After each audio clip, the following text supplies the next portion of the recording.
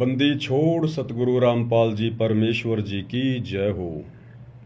सत्साई भाई और बहनों, दया परमपिता परमेश्वर जी की, सारी सृष्टि के सर्जनहार सतगुरु रामपाल जी भगवान की, जिनके विशेष आशीर्वाद से, शुभ आशीर्वाद से आप और हम सभी सत्सेवक भाई बहन साध संगति से जुड़कर अपनी आत्मा के कल्याण हेतु गुरुदेव भगवान के अमर तत्व ज्ञान को आधार बनाकर हर प्रकार से मर्यादाओं में रहते हुए, संघर्ष करते हुए निरंतर भक्ति मार्ग पर आगे की ओर ही बढ़ रही हैं।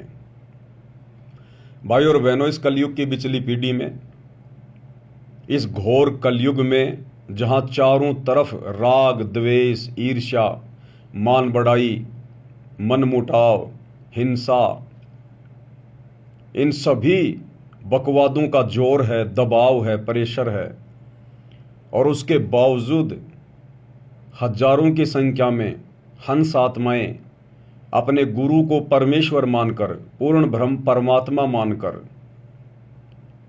और ना सामाजिक दबाव का किसी प्रकार से कोई प्रेशर ले रहे हैं, ना किसी प्रकार की लोकलाज को मान रहे हैं, बस अपनी आत्मा का कल्याण देख रहे हैं और गुरुदेव भगवान की खुशी देख रहे हैं।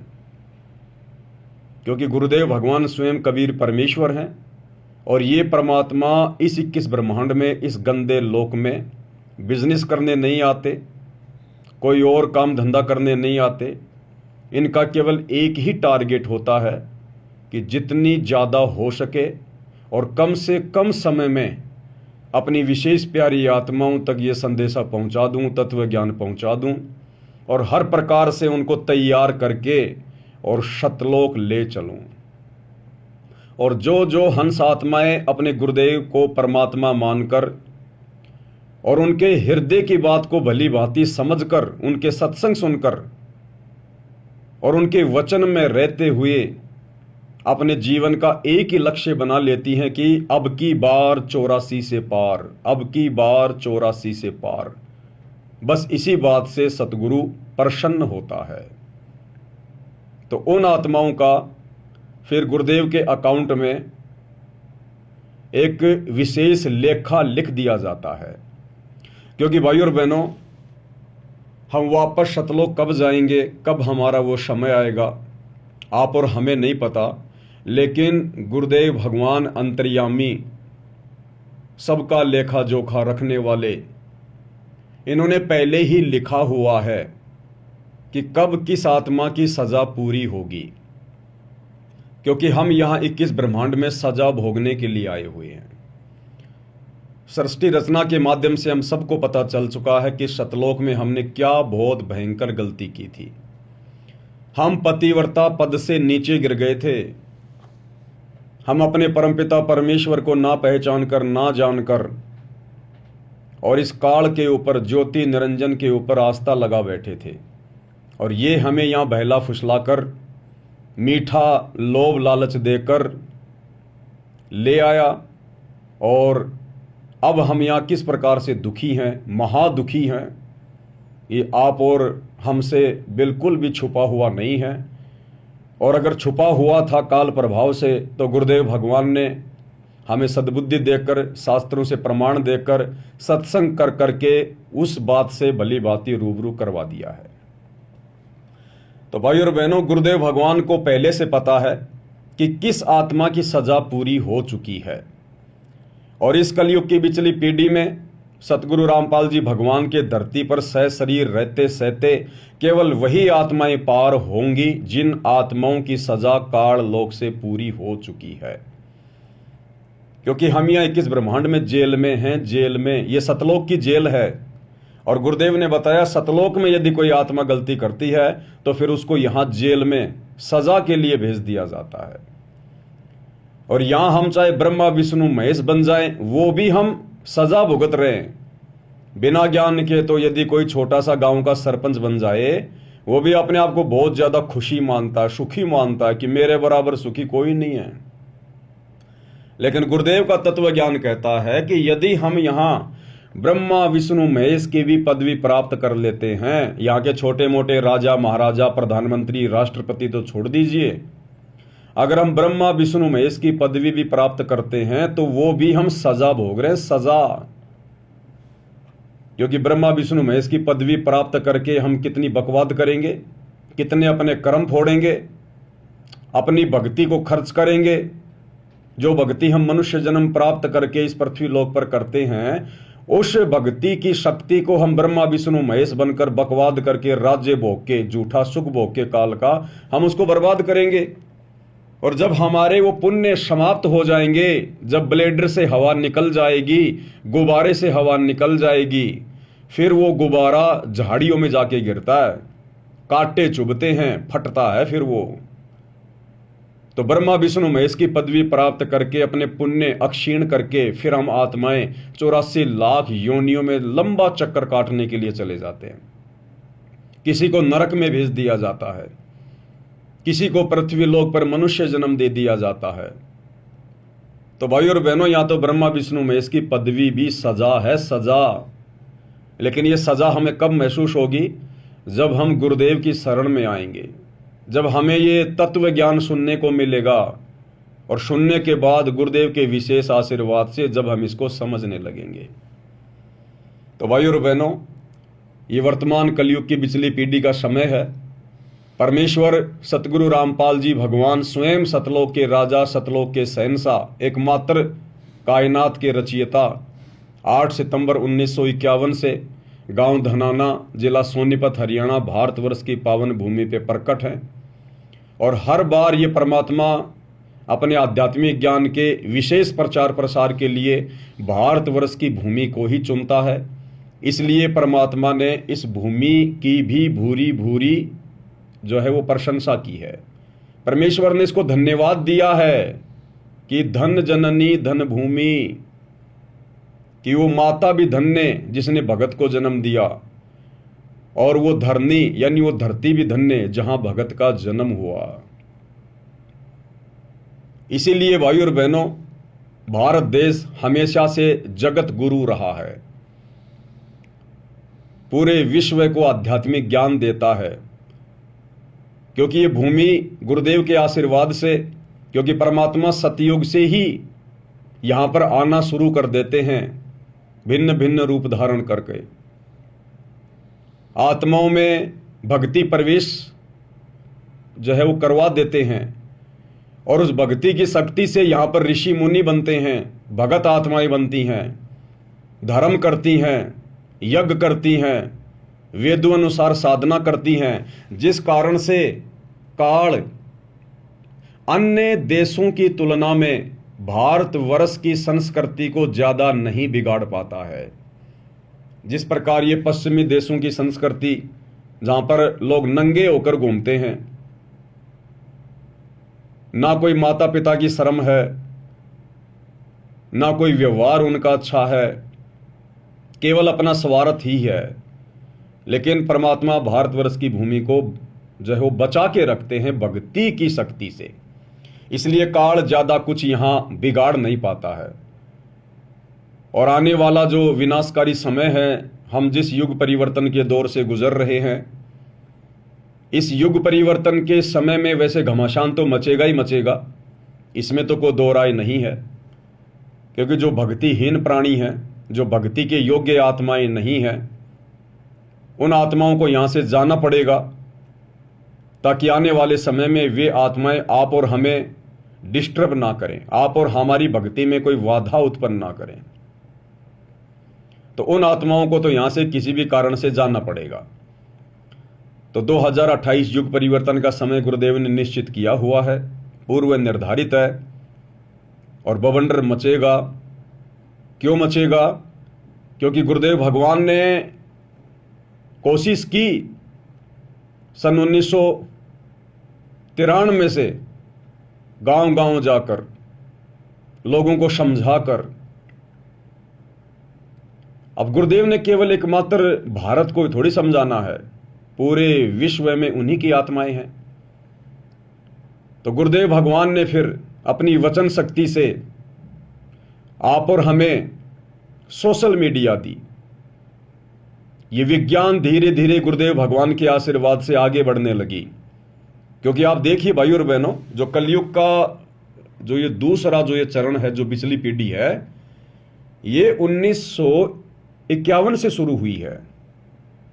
इस कलयुग का जो प्रथम चरण था वो था जब कबीर परमात्मा, यही सतगुरु रामपाल जी आज से 650 साल पहले बनारस के काशी शहर में लहरतारा तालाब पर एक विकसित कमल के फूल पर शिशु रूप में सशरीर सुबह ब्रह्म मुहूर्त में प्रकट हुए थे।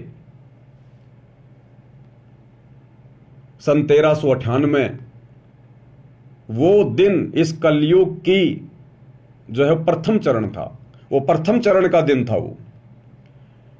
तो सन 1398 से लेकर और जब परमात्मा मगर से अपनी लीला करके सशरीर सतलोक को गए सन 1518, तो ये जो बीच का समय था ये कलयुग की बिचली पीढ़ी का समय था।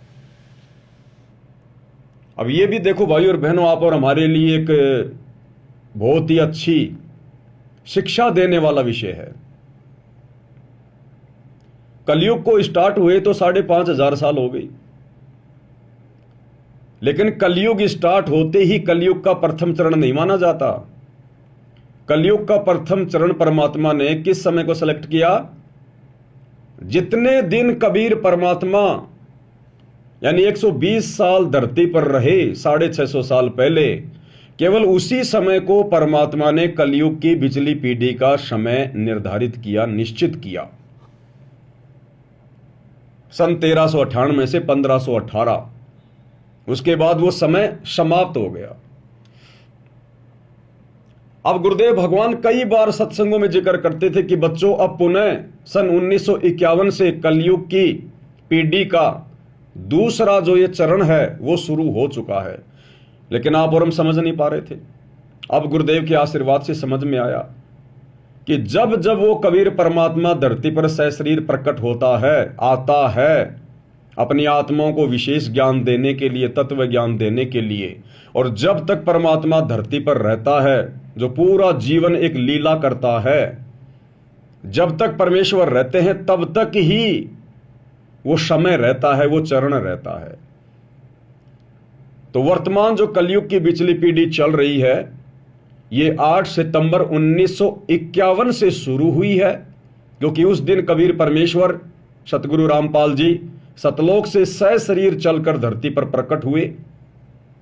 और जब तक गुरुदेव भगवान सशरीर संत रूप में धरती पर रहेंगे, उनके चरण कमल रहेंगे, तब तक ही कलयुग की दूसरी पीढ़ी का चरण रहेगा। इसलिए मोक्ष प्राप्त करने का सुनहरा अवसर, गोल्डन चांस, केवल तब तक ही है जब तक सतगुरु रामपाल जी भगवान सशरीर धरती पर हैं। उसके बाद कलयुग की बिचली पीढ़ी का वो चरण समाप्त हो जाएगा। केवल ये मार्ग चलेगा, ये भक्ति चलेगी, लेकिन गुरुदेव के सतलोक गमन करने के बाद आत्माएं मोक्ष प्राप्त नहीं कर पाएंगी। इसलिए भाई और बहनों, आप और हमने ज्ञान को आधार बनाकर अपनी हर प्रकार की कमजोरियों को बाहर निकालकर और तन मन धन से सिर धड़ की बाजी गुरुदेव के चरणों में अपनी आत्मा के कल्याण के लिए लगा देनी है कि यो सौदा फिर नाही रे संतो, यो सौदा फिर नाही, और अब की बार 84 से पार। यानी अब हमने दाएं बाएं ऊपर नीचे देखना ही नहीं है। समाज, परिवार, रिश्तेदार, हमने उनकी उन ज्ञान विरुद्ध परंपराओं को, मर्यादाओं को, रीति रिवाजों को देखना ही नहीं है। आज भले दुनिया नाराज हो जाए, 100 बार हो जाए, 1,00,000 बार हो जाए, अब हमने गुरुदेव भगवान को नाराज होने का मौका नहीं देना है। रूठो चाहे जग सारा, पर रूठे ना परमेश्वर हमारा। भाई, घर छूटो चाहे जग रूठो, चाहे रूठो ये संसारा हो, कौन सुनेगा मेरी काल लोक में, जय गुरु रूठ गया मेरा हो। इसलिए भाई और बहनों, अब हमारा केवल एक ही लक्ष्य होना चाहिए, एक ही टारगेट होना चाहिए कि अब की बार 84 से पार। हालांकि परमात्मा तो निश्चित करके आते ही हैं कि कितनी आत्माओं का मोक्ष होगा, कितनी आत्माओं का वो ठीक का समय आ चुका है, कितनी आत्माओं की काल लोक से सजा पूरी हो चुकी है, वो आत्मा तो जाएंगी ही जाएंगी। उन आत्माओं को चाहे काल कितना ही बिगाड़ने का प्रयास करे, कितना ही डराने का, धमकाने का, तोड़ने का प्रयास करे, उन आत्माओं पर गुरु की विशेष रजा होने के कारण काल अंत में उनका कुछ नहीं कर पाएगा।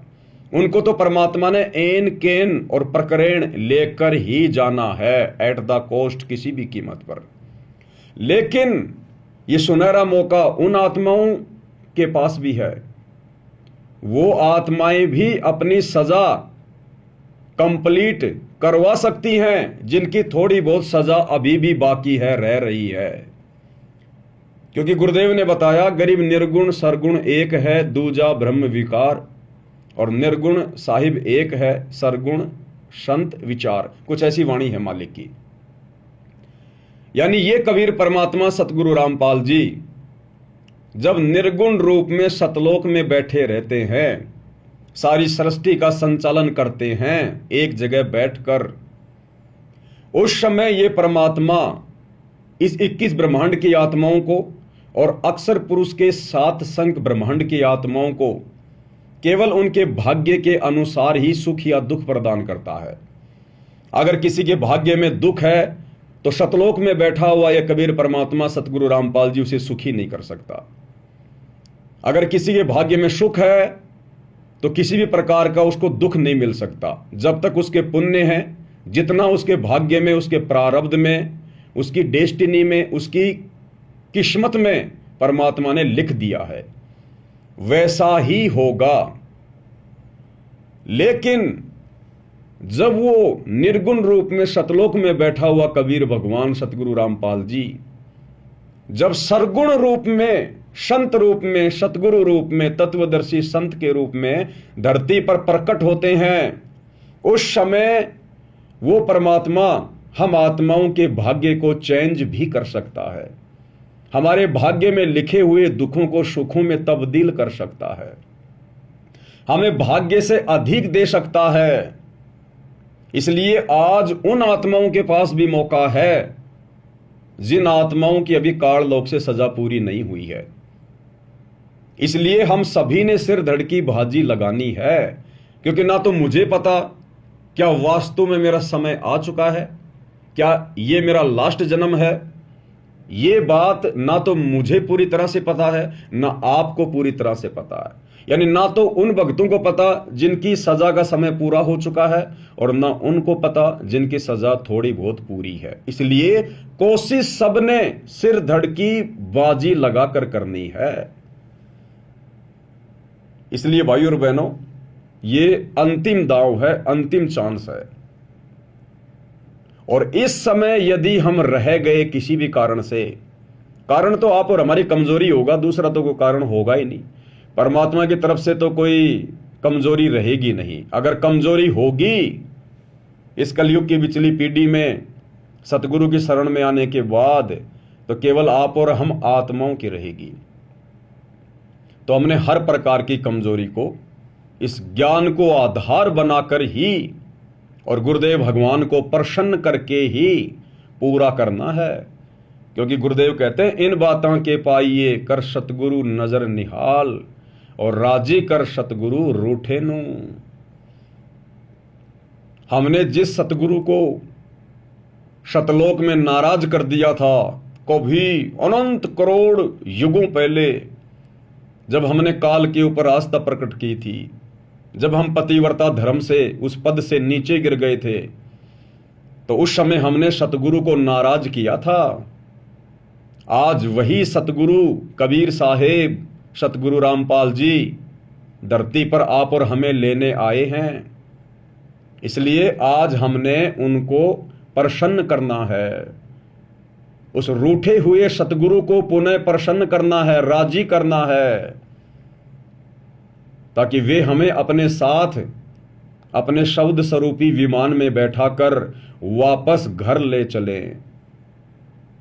जिस घर जाने के लिए, जिस घर की प्राप्ति के लिए और आज से पहले आप और हम आत्माओं ने ही, जिनका सतयुग में भी जन्म हुआ, त्रेता में भी हुआ, द्वापर में भी हुआ, आप और हम आत्माओं ने ना जाने क्या क्या यत्न और प्रयत्न किए। परमात्मा कहते हैं ना, या गिद्दड़ वाली रात 84, यानी एक गिद्दड़ होता है वो कुएं में गिर जाता है, झेरे कुएं में। अब जंगल में कौन सुना है उसकी आवाज, और कुआं भी गहरा, और वो बहुत ज्यादा वो प्रयास करता है बाहर निकलने का, लंबी लंबी वो छलांगा मारता है। या गिद्दड़ वाली रैन 84, आन पड़या हूं झेरे में, ऊंची ऊंची लाई छलांगा, यतन किए बहुतेरे में। तो वो गिद्दड़ बहुत ज्यादा यत्न करता है, प्रयत्न करता है, चिल्लाता है, चीखता है कि शायद कोई मेरी मदद कर दे, मैं यहां से बाहर निकल जाऊं। लेकिन वो इतनी ऊंची छलांग नहीं लगा पाता कि कुएं से बाहर निकल जाए, और सुनने वाला भी वहां कोई नहीं। अंत में उसको वहां भूखा प्यासा मरना पड़ता है, उसकी दुर्गति होती है, तड़प तड़प के मरता है वो गिद्दड़ जो जंगल में किसी गहरे कुएं में गिर जाता है। तो आप और हम इस 21 ब्रह्मांड रूपी काल के झेरे कुएं में गिरे हुए हैं। और गुरुदेव ने कहा कि पुण्यात्माओं, सतयुग से लेकर त्रेता द्वापर में युगों युगों तुम लोगों ने इस झेरे कुएं से बाहर निकलने के लिए बहुत यत्न किए, प्रयत्न किए, घर छोड़ा, बाल बच्चे छोड़े, संपत्ति छोड़ी, वैराग्य धारण किया, साधु बने, कभी संत बने, कभी जंगल में गए, कभी गुफाओं में गए, अपना शरीर गाड़ दिया, लेकिन तुम इस झेरे कुएं से बाहर निकल ना पाए, क्योंकि रास्ता नहीं था, मार्ग नहीं था, विकल्प नहीं था। गुरुदेव कहते हैं ना कि लकड़ी की कुल्हाड़ी से यदि आप किसी पेड़ को काटना चाहोगे वो नहीं कटेगा, इम्पॉसिबल। उसके लिए तो लोहे की तीखी कुल्हाड़ी चाहिए, यानी साधन भी बिल्कुल परफेक्ट चाहिए। इस झेरे कुएं 21 ब्रह्मांड से निकलने के लिए हमें भक्ति मार्ग चाहिए, सच्चा सतगुरु चाहिए, मार्गदर्शक चाहिए, और वे हमें जो विधि बताएं, जो भक्ति रूपी जो कुल्हाड़ी वो हमें दें, उसके बाद हमने इस काल के पैरों पे जो है वो प्रहार करना है, तब हम यहां से बाहर निकल सकते हैं। तो आज भाई और बहनों, आप और हमारा वो समय आ गया। आज आप और हमारा सौभाग्य जो उन आत्माओं को नहीं प्राप्त हुआ जिनकी लाखों लाखों वर्ष की उम्र हुआ करती थी, और पूरा पूरा जीवन नंगे प्यासे रह के बेचारे परमात्मा प्राप्ति के लिए यत्न कर रहे थे, लेकिन झेरे कुएं से बाहर नहीं निकल पाए। तो आज आप और हमारा वो सौभाग्य, आज हमें वो मार्गदर्शक मिल गया, सच्चा सतगुरु मिल गया, और यहां से बाहर निकलने का कंप्लीट कोर्स दे दिया। तो अब यदि कोई कमजोरी रहेगी तो केवल आप और हम भगत आत्माओं की रहेगी, भगवान की कोई कमजोरी किसी प्रकार की नहीं है। इसलिए भाई और बहनों, हमने कोशिश करनी है सबसे पहले आप और हमारे लिए केवल भक्ति, गुरुदेव भगवान की सेवा, उनकी पूजा, यानी सेवा पूजा भक्ति यही है कि गुरुदेव ने हमें जो भक्ति की खुराक दे दी है, हमने उसको टाइम टू टाइम, और जो विधि गुरुदेव ने बता दी है उस विधि से हमने लेते रहना है। और कुछ भी हो जाए, कितना ही बड़ा संकट आता दिखाई दे और मान लीजिए आ भी जाए, तो भी हमने भक्ति मार्ग से दूरी नहीं बनानी। अपने मन में किसी प्रकार का कोई दोष पैदा नहीं होने देना, चाहे पूरा परिवार क्यों ना खत्म हो जाए, क्योंकि ये परिवार ना जाने कितनी बार खत्म हो चुके हमारे, कोई पहली बार थोड़ी होगा। अगर होना होगा, वैसे तो सतगुरु की शरण में आने के बाद कांटा भी नहीं लगता। गुरुदेव कहते हैं अगर मर्यादा में रहोगे तो, अगर विश्वास तुम्हारा पक्का है तो कांटा भी नहीं लगने देगा परमात्मा। ये तो कांटे निकालने वाला भगवान है, कांटे चुभाने वाला थोड़ी है। लेकिन किसी कारण से हो सकता है हमारे हित में, हमारे भले में, वो सूली की सजा मान लो अगर कांटे में वो टल रही है, ऐसी कोई आपत्ति, कोई परेशानी भी आ जाए, तो भी हमने अपने विश्वास को, गुरुदेव के ज्ञान को आधार बनाकर डगमग नहीं होने देना। परमात्मा कहते हैं द्वार धनी के पड़ा रहे चाहे धक्के धनी के खा, शो काल झक जोर ही पर द्वार छोड़ ना जा। काल तो कोशिश करेगा हर प्रकार से तोड़ने का, मरोड़ने का, लोकलाज में फंसाने का, दबाव बनाएगा, डराएगा, धमकाएगा, मन में सौ प्रकार की चिंताएं पैदा करेगा। लेकिन आप और हमने गुरुदेव के ज्ञान आधार रूपी रस्सी को पकड़ के रखना है, जकड़ के रखना है। और फिर हम आत्माओं के दृढ़ विश्वास को देखकर परमात्मा फिर हमारे साथ ही तो रहता है, हमारे पीछे तो रहता है परमात्मा। और अपनी वाणी में फिर गुरुदेव कहते हैं, जय तू चाले एक कदम मैं चालूं कदम 60, कि अगर तू भक्ति मार्ग पर मेरे ऊपर विश्वास कर कर ज्ञान को आधार बनाकर अगर तू एक कदम भी आगे बढ़ेगा तो गुरुदेव कहते हैं बेटा तेरे लिए, तेरे भविष्य के लिए, तेरे संकटों का विनाश करने के लिए मैं 60 कदम आगे चलूंगा, 60 कदम। जय तू चाले एक कदम मैं चालूं कदम 60, और जय तू हो जा काठ का, काठ यानी लकड़ी, तो मैं हो जाऊं लोहे की लाठ। और साथ में फिर हमें हिदायत भी दे रहे हैं कि जय तू हो जा काठ का, यानी अगर तेरे अंदर जरा भी अहंकार आ गया, अभिमान आ गया, मन में दोष आ गया, अगर तू लकड़ी की तरह हो गया, जरा भी टाइट हो गया ना, जय तू हो जा काठ का, तो परमात्मा कहते फिर मैं तेरा बाप हूं, फिर मैं हो जाऊं लोहे की लाठ। तू अगर लकड़ी बनेगा तो फिर मैं लोहा बन के बैठ जाऊंगा, फिर ध्यान रख लेना। इसलिए भाई और बहनों, गुरुदेव हमें बार बार समझाते कि भक्ति मार्ग पर पूर्णतया सफलता प्राप्त करने के लिए आधिनी के पास है पूर्ण ब्रह्म दयाल, और मान बढ़ाई मारियो बेअदबी सिरकाल। यानी अहंकार का और सतगुरु रामपाल जी भगवान का, इस परमेश्वर का तो खड़ा एक्सीडेंट है, खड़ा एक्सीडेंट। इसलिए भाई और बहनों, हमने हर प्रकार से हर भक्ति विधि में रहते हुए और गुरुदेव के द्वारा बताए गए प्रत्येक फॉर्मूले को इसी प्रकार से अपने जीवन में लागू करते हुए निरंतर आगे की ओर बढ़ना है। क्योंकि अब की बार हमारा केवल एक ही लक्ष्य है, एक ही टारगेट है, अब की बार 84 से पार। तो भाई और बहनों, गुरुदेव भगवान के विशेष आशीर्वाद से, उनकी रजा से विशेष संदेशों के ऊपर वीडियो बनाने की श्रृंखला जारी है। आज इसी श्रृंखला में विशेष संदेश नंबर 13 का एपिसोड नंबर 11 है। तो आज का वीडियो हम शुरू करें उससे पहले पूज्य गुरुदेव भगवान की वंदना करेंगे, जयकारा लगाएंगे, गुरुदेव भगवान से आशीर्वाद प्राप्त करते हैं। बंदी छोड़ सतगुरु रामपाल जी भगवान की जय हो।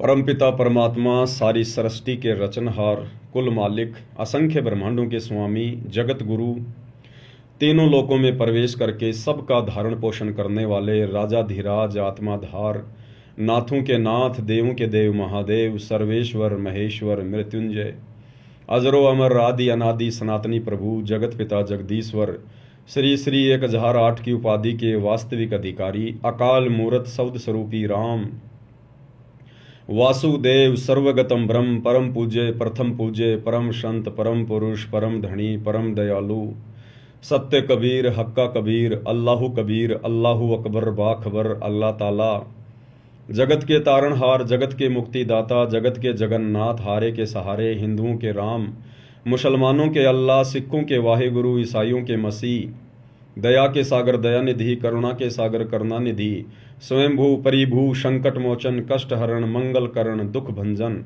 अविगत कबीर, निर्विकार निर्विषम परमात्मा, अलय अलेख सतगुरु, आदि अनादि सतगुरु, असली मर्यादा पुरुषोत्तम, असली राम, असली कृष्ण, असली घनश्याम, असली मुरारी, राजाओं के राजा, महाराजाओं के महाराजा, शहंशाहों के शहंशाह, सम्राटों के सम्राट, भगवानों के भगवान, अल्लाहों के अल्लाह, प्रभुओं के प्रभु, मसीहाओं के मसीह, सच्चे वाहेगुरु, बाबाओं के बाबा, पीरों के पीर, सेठों के सेठ, जगत सेठ, सावलसा सेठ, सर्वगुण संपन्न, अनंत कोटि कलाओं के स्वामी, अनंत कोटि ब्रह्मांडों के नायक, योगियों में महायोगी, ध्यानियों में महाध्यानी, सिद्धों में परम सिद्ध, ज्ञानियों में तत्वज्ञानी, ब्रह्म ज्ञानी, महाज्ञानी, परम ज्ञानी, सर्वश्रेष्ठ ज्ञानी, विज्ञानी, युवा कबीर, समर्थ कबीर, असमवात, अमित ओजा, सच्चे रहनुमा, करीम अल्लाह, सुभान अल्लाह, दुनिया के अंतिम पैगंबर 8 सितंबर 1951 से गांव धनाना, जिला सोनीपत, हरियाणा, भारतवर्ष की पावन भूमि पे प्रकट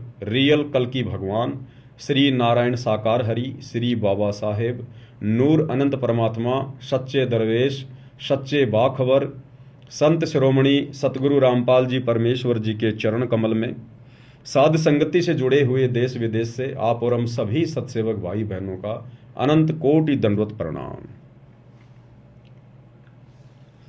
तो भाई और बहनों, गुरुदेव भगवान की विशेष रजा और उनकी विशेष रजा का विशेष संदेशों के माध्यम से विशेष फायदा उनकी विशेष आत्माएं ही उठा सकती हैं।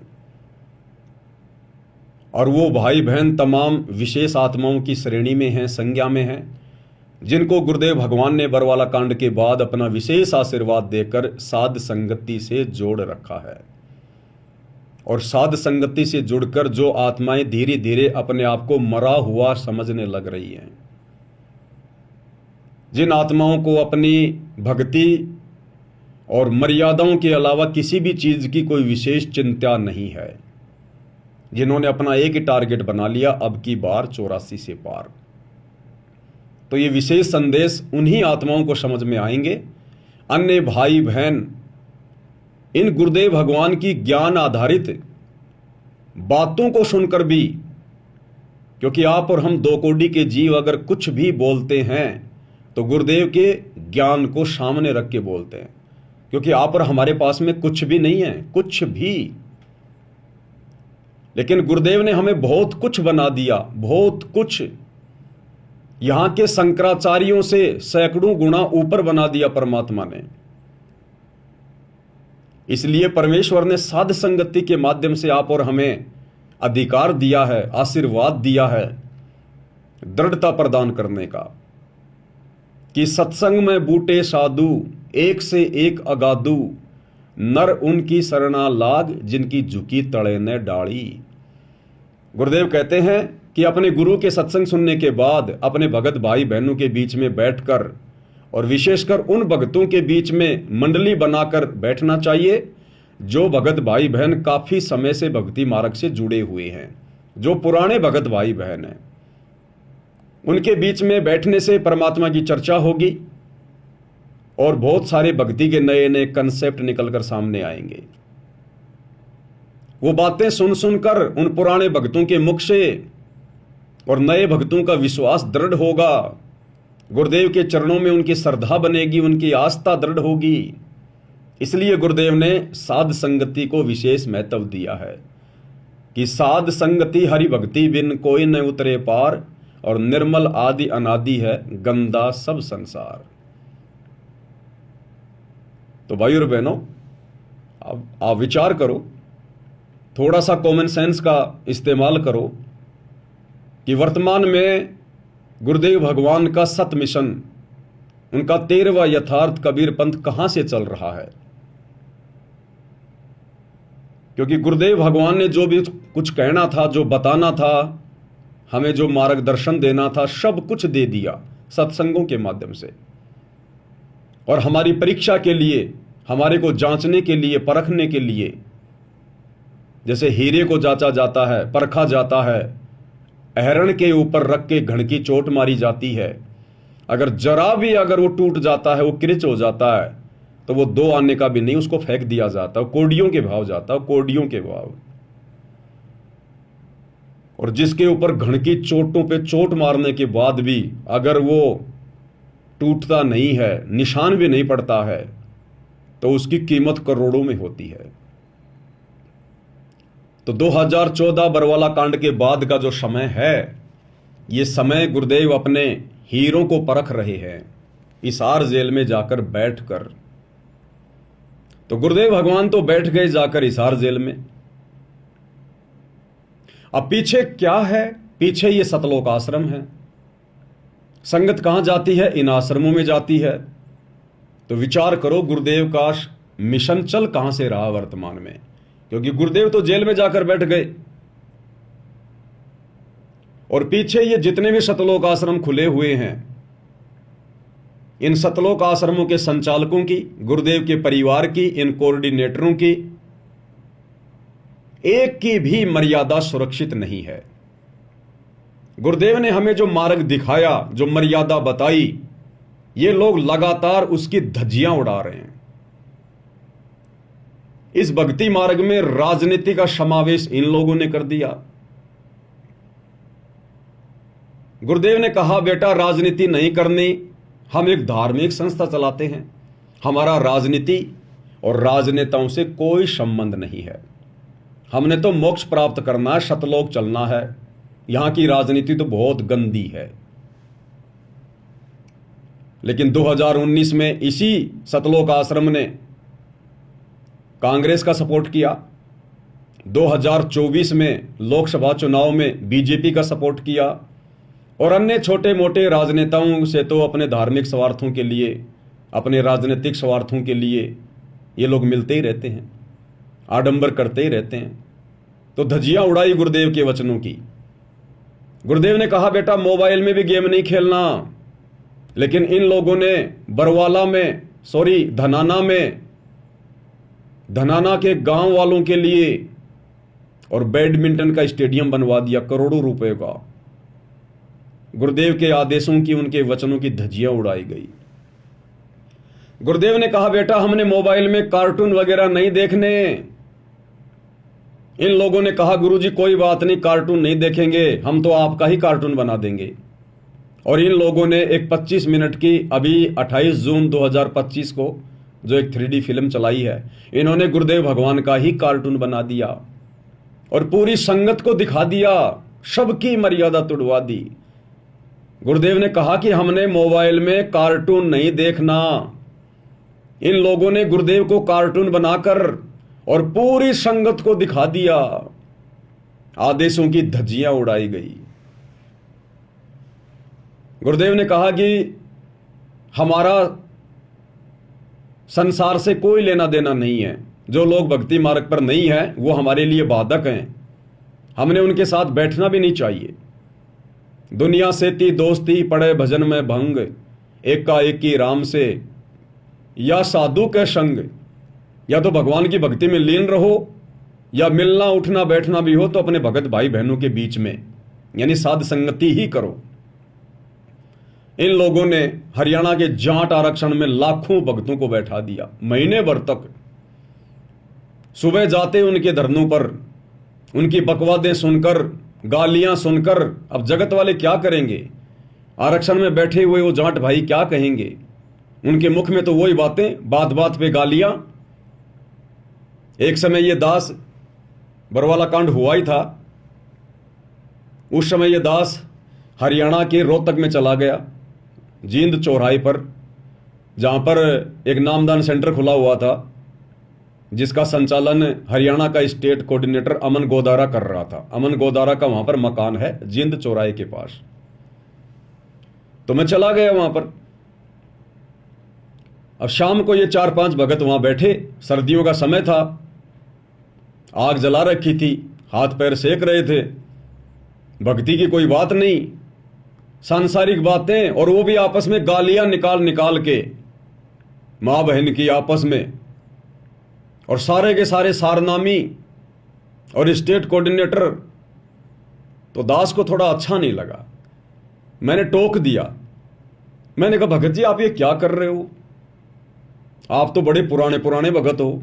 अमन गोदारा जी, आप तो कहा करते थे कि जब मैं खेतों में, जब मैं ट्रैक्टर चलाया करता था, उस समय गुरुजी तो कई बार मेरे पास खेत में आ जाया करते थे, मैं ट्रैक्टर को रोक के फिर बैठ के बात किया करता था।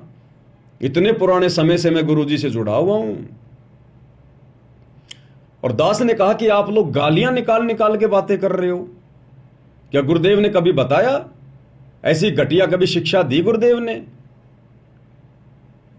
तो हरियाणा का स्टेट कोऑर्डिनेटर अमन गोदारा मुझे बोला कि रे बागड़ी, बागड़ी यानी जो राजस्थान के लोग होते हैं उनको बागड़ी कहते हैं। बोला, रे बागड़ी तने बेरा को न्या। भाई किस बात का?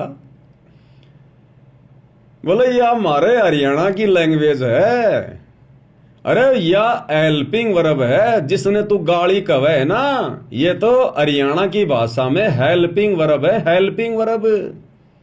इनके बिना तो हमारी बात ही पूरी ना होती। जब तक दो चार गाड़ियां ना निकाल लें तब तक तुम्हारा सेंटेंस पूरा नहीं होता। तो जिसने तू गाड़ियां कवे है ना, ये तो हमारी हरियाणा की भाषा में हेल्पिंग वर्ब है। तो दास ने कहा कि भगत जी, जगत वालों के लिए तो हेल्पिंग वर्ब हो सकती है, लेकिन तुम अब जगत वाले थोड़ी रहे हो, तुम तो भगत बन गए। और तुम यदि इन हेल्पिंग वर्बों का अभी भी यूज करोगे तो हमारे जैसे छोटे मोटे भगत क्या सीखेंगे, अन्य नए भक्तों पे क्या असर पड़ेगा।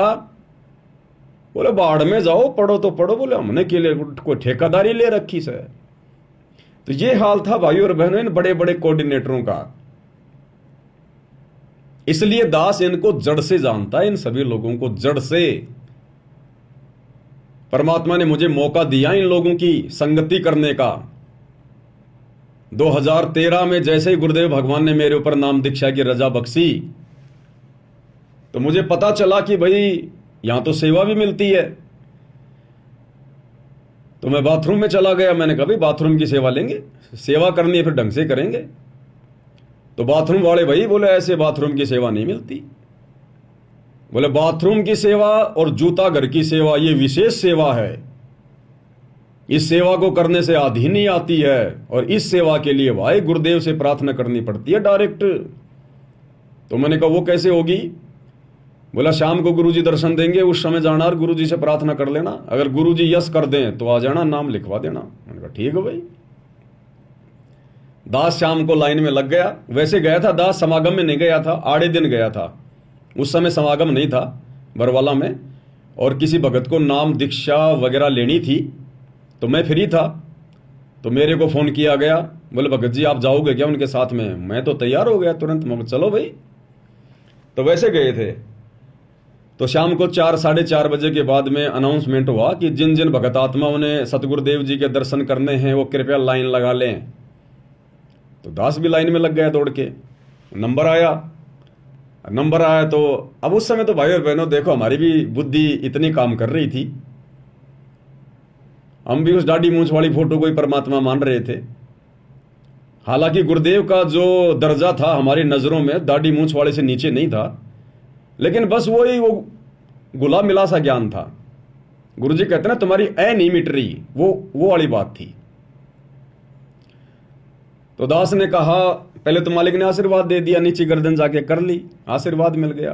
फिर दास ने कहा कि गुरुजी, बोले हाँ भाई। मगर गुरुजी दास को बाथरूम की सेवा चाहिए। अब ये मेरा बोलना भी बिल्कुल बेकार था, क्योंकि गुरुदेव एक सत्संग में कहते हैं कि बहुत सारे भगत जो है बार बार कहते हैं गुरुजी सार नाम दे दो, गुरुजी सार नाम दे दो। तो गुरुजी ने कहा रे अभी तो तुमने बोलना भी ढंग से नहीं सीखा, अभी तो तुम लोगों ने बोलना भी ढंग से नहीं सीखा कि अपने गुरु के साथ में कैसे बातचीत की जाती है, और तुम बाट देख रहे हो सार नाम की। तो उसी प्रकार से दास ने कहा कि गुरुजी मुझे बाथरूम की सेवा चाहिए। अब ये हो गया एक प्रकार से आदेश हो जाता है ये कि मुझे बाथरूम की सेवा चाहिए। लेकिन भाई और बहनों उस समय ज्ञान नहीं था बिल्कुल भी, नए नए जुड़े थे, 2013 की बात है। अब 2-4-5 महीने में कहां से ज्ञान हो जाएगा। लेकिन मालिक तो अंतर्यामी है, जानी जान है, परमात्मा तो हमारे भाव देखता है। तो गुरुदेव ने कहा कि बेटा कहां से है। अब उस समय यह भी नहीं पता था कि भाई गुरुजी अंतर्यामी है। तो मैंने कहा गुरुजी मैं जयपुर से हूं। तो बोले जा बेटा ले बाथरूम की सेवा जा। अब मैं तो करके दंडवत प्रणाम और सीधा गया बाथरूम में। वहां पर एक वेद प्रकाश भगत जी थे, पलवल के, हरियाणा के। तो उनके पास गया, मुझको भगत जी गुरुजी ने आशीर्वाद दे दिया। तो बोला ठीक है, बोलो लिख ले नाम। मेरा नाम लिख दिया गया। अब बाथरूम वालों की सेवा होती थी समागम के समय, यानी 3 दिन का गुरुदेव सत्संग किया करते थे। तो सत्संग के समय जब सारे भगत आत्मा पंडाल में बैठी रहती थी, सुबह 11 बजे से 1 बजे तक, उस समय बाथरूमों में भीड़ नहीं होती थी, क्योंकि सब लोग बैठ के सत्संग सुन रहे होते थे। कुछ एक मेरे जैसे निकम्मे होते थे जो सत्संग के समय भी बाथरूम में आते जाते रहते थे।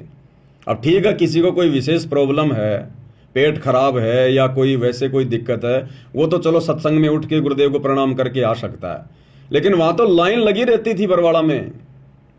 और कई बार तो गुरुदेव भगवान ने बीच में रोकना पड़ता था उनको सत्संग में, दुखी होके कि रे तुम मुश्किल से थोड़ा बहुत समय निकाल के आते हो और ये 2-3 घंटे का सत्संग भी तुम बैठ के नहीं सुन सकते।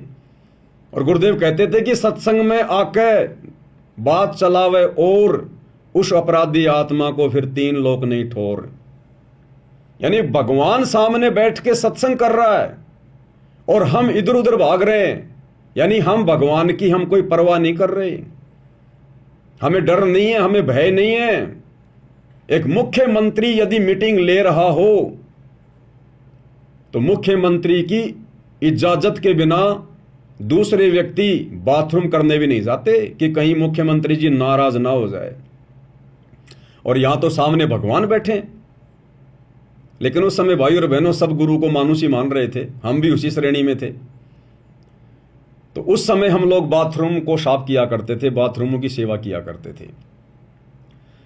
तो उस समय ये सारे के सारे चौधरी लोग, ये कोऑर्डिनेटर वगैरह, ये बड़े बड़े ये परम भगत जो आज राजनीतियां कर रहे हैं, ये सारे के सारे उस समय बाथरूम में आ जाया करते थे। सत्संग तो बेचारी आम संगत सुना करती थी, चौधरी थोड़ी सुनते हैं सत्संग। तो वहां जाते थे सारे, तो घंटा आध घंटा तो बाथरूम की सफाई करवाया करते थे और उसके बाद में फिर बाथरूम वाले उस कमरे में बैठ जाया करते थे कोने में। और उधर तो सत्संग चल रहा है मालिक का, छोटा सा स्पीकर वहां भी लगा होता था, उसकी तो आवाज कर देते थे कम और खुद फिर आपस में अपने घर विद की बातें किया करते थे, राजनीति की बातें किया करते थे ठाके लगा लगा के। अब मैं भी ज्यादा उनकी राजनीति को नहीं समझ पाया करता था, कभी कभी सत्संग में ध्यान दे लिया, कभी कभी उनकी बातें सुन ली। तो इस प्रकार से मामला चलता रहता था। तो उस समय भाई और बहनों इन सब से मेरे संपर्क हो गए। हमारे घर पर उस समय गाय थी, गाय। तो ये कहा करते थे, बागड़ी राजस्थान में घी अच्छा मिलता है, घी का बंदोबस्त है क्या? मेरे को मिल जाएगा, हमारे तो खुद का गाय है। तो कभी तो मेरे से 1 किलो मंगवाते, कभी 2 किलो मंगवाते और पैसे मेरे को दे दिया करते थे। तो कभी तो हरियाणा का स्टेट कोऑर्डिनेटर मेरे से घी मंगाता था, फिर उसको पता चलता कि कहां से मंगवा रहा है, अरे वो बागड़ी ले आवे, बागड़ी वो पवन। फिर यो राष्ट्रीय समाज सेवा समिति का अध्यक्ष रामकुमार ढाका आया, अरे बोलो बागड़ी मन को ने लाके दे, मगवा तेरे से क्या दुश्मनी है, फिर उसको लाके दिया। ऐसे कईयों को मैं वहां घी ला के दिया करता था। तो इनसे मेरी अच्छी खासी जान पहचान सी हो गई थी। तो इनके आचार विचार व्यवहार का भाई और बहनों कितना ये गुरु जी को मानते थे, पहचानते थे, क्योंकि हम तो चलो नए थे उस समय, साल भर भी नहीं हुई थी, लेकिन ये लोग तो 10-10 साल से, 15-15 साल से जुड़े हुए थे। तो आज इनका वो आचरण, वो रवैया, कितना इन्होंने गुरु जी को जाना पहचाना, आज भली बात समझ में आ रहा है आज, कि आज भी ये लोग गुरु जी को मानुष ही मान रहे हैं। तो गुरुदेव के जेल जाने के बाद इन्होंने उनके हर प्रकार के नियमों की, मर्यादाओं की धज्जियां उड़ा रखी है, धज्जियां। इसलिए भाई और बहनों, दास ने उसको समझाया कि भगत जी, आम जगत वाला तो गालियां निकाल सकता है बातचीत में, लेकिन भक्तों ने नहीं निकालनी चाहिए। बोले ना भाई ना, जब तक गाली ना निकाले हमारी बात ही पूरी नहीं होती। तो इस प्रकार से भाई और बहनों, दास पहले इनकी कुसंगति का शिकार था और शायद परमात्मा ने इसीलिए दास को इनके नजदीक जाने का मौका दिया, ताकि आगे चलकर परमात्मा ने बरवाला कांड के बाद में दास को निमित्त बनाना था, निमित्त साध संगतियों के लिए। और इनके आचरण से परमात्मा ने मुझे पहले ही परिचित करवा रखा था। और उसके बाद जब ये सरेआम गलतियां करने लग गए गुरुदेव की गैर हाजिरी में, तो फिर तो विश्वास दृढ़ हो गया कि ये तो वास्तव में बकवादी आदमी है, ये तो काल की आत्माएं हैं, ये सतगुरु के अंश नहीं है, खाली दिखावे के भगत हैं, दिखावे के भगत हैं। और आज देख लो इनका मनमाना आचरण आज सबके सामने है, सबके सामने। तो भाई और बहनों, ये जो विशेष संदेश हैं, ये केवल परमात्मा अपनी विशेष आत्माओं के लिए हिसार जेल से भेज रहे हैं, उनको दृढ़ करने के लिए। अन्यथा ये विशेष संदेश इन आश्रम वालों के बिल्कुल भी पल्ले नहीं पड़े। इनके अंदर गुरुदेव भगवान ने जो संकेत वगैरह जो छुपा रखे हैं, जो गूढ़ बातें छुपा रखी हैं, जिसको सुन सुनकर आप और हमारा विश्वास आसमान में जा रहा है, और इनको पता भी नहीं है कि इनके अंदर क्या अमृत छुपा हुआ है। आज इन विशेष संदेशों के ऊपर निष्कर्ष केवल आप और हम सत्सेवक भाई बहनें निकाल पा रहे हैं। इनकी तो वही दिनचर्या है जो इन जगत वालों की है। जैसे परमात्मा कहते हैं ना कि कोयल की आवाज सुनकर कोयल के बच्चे तो कान खड़े कर लेते हैं, और जो कौवे वाले हैं उनके असर भी नहीं होता। तो अपनी माता के ये विशेष संदेश सुनकर सतगुरु रामपाल जी भगवान के, क्योंकि ये अपनी माँ है, ये सारे जगत की अम्मा है, असल में यही तो जगदम्बा है। हम जगदम्बा सुन के और दुर्गा जी का ध्यान कर लेते हैं। नहीं, दास ने आपको पहले भी बताया था, इस काल ने इस प्रकार के जितने भी नाम हैं, राम, कृष्ण, ब्रह्मा, विष्णु, महेश, महादेव, ये सारे नाम इस काल ने अपने परिवार के लोगों के रख दिए, अपने तीनों बेटों के, फिर उनके जो अवतार जाते हैं उनके, अपनी पत्नी दुर्गा के, ताकि ये संसार इन्हीं में उलझा रहे। जबकि ये सारे के सारे नाम इस कबीर भगवान सतगुरु रामपाल जी के उपमात्मक नाम है। उपमात्मक नाम, जैसे जल के उपमात्मक नाम होते हैं, नीर, पानी, इस प्रकार से। तो ये जगदम्बा जो नाम है, ये कबीर भगवान सतगुरु रामपाल जी की उपमात्मक उस पदवी का नाम है। हमें गुरुदेव भगवान मंगलाचरण में बताते हैं, सुनाते हैं कि जगदम्बा जगदीशम और मंगल रूप मुरारी, तन मन अर्पूं शीसम भक्ति मुक्ति भंडारी। जगदम्बा जगदीशम, जगदम्बा जगत प्लस अम्मा। यथार्थ भक्ति बोध के सरलार्थ में जब हम वीडियो बना रहे थे तो गुरुदेव ने क्या वहां पर लिखा है, जगदम्बा का जगत प्लस अम्मा, यानी जो सारे संसार की मां है, जो सारे संसार का धारण पोषण जो करता है, असल में वो जगदम्बा है। तो कौन करता है? कबीर भगवान सतगुरु रामपाल जी। तो ये जगदम्बा शब्द भी गुरुदेव भगवान के लिए है, इस कबीर परमात्मा के लिए है। तो अपनी मां की भाषा को उसके बच्चे ही समझ सकते हैं।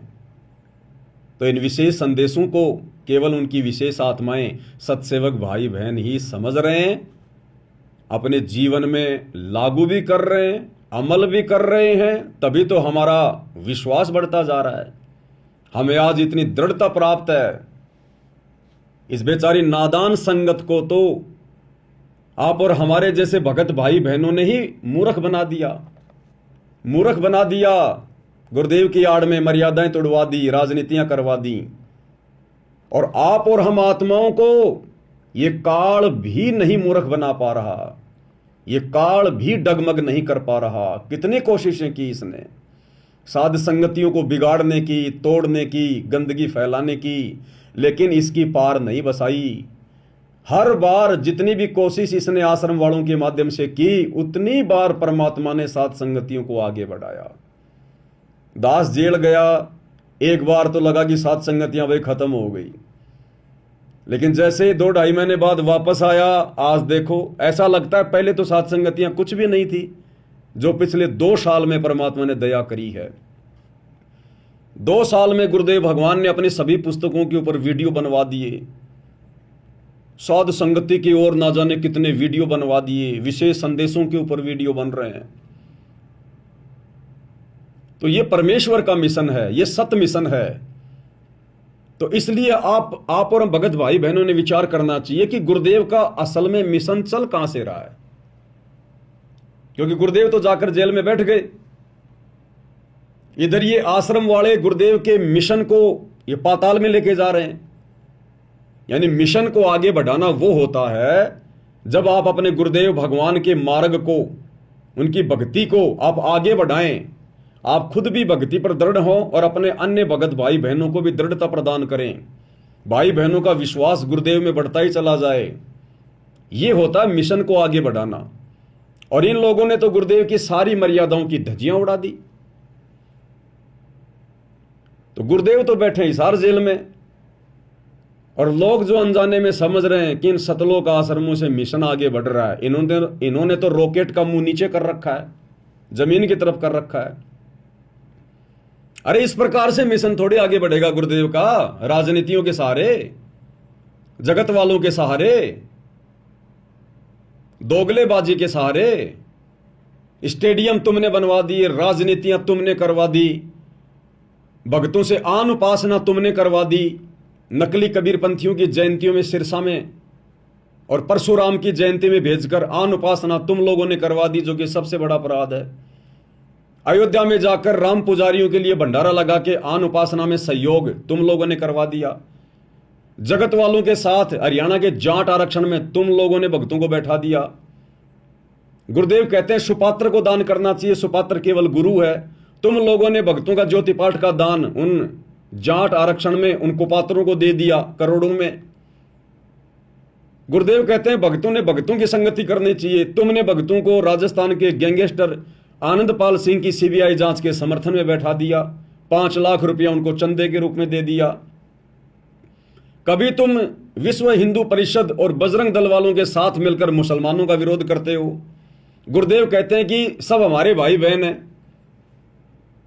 तो तुम गुरुदेव के मिशन को आगे बढ़ा रहे हो या पाताल में लेके जा रहे हो?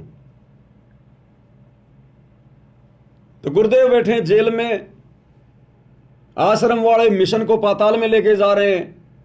तो कहीं न कहीं से तो मिशन भी चल रहा होगा गुरुदेव का, या मिशन को गुरुदेव ने पोज कर दिया।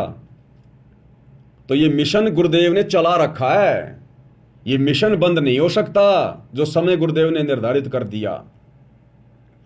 तो साध संगति है गुरुदेव का असली मिशन।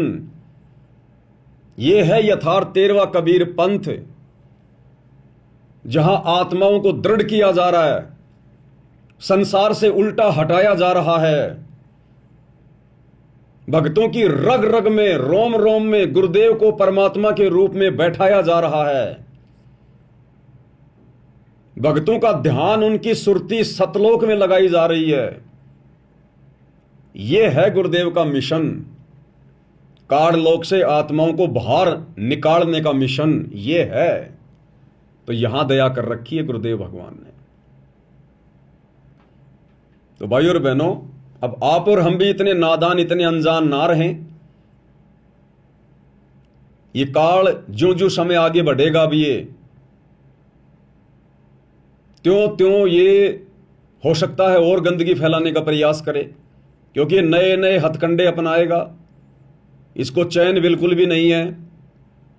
इसको पता है कि तेरा भोजन जाएगा, आत्माएं जाएंगी, तो ये हर प्रकार से गंदगी फैलाने का प्रयास करेगा।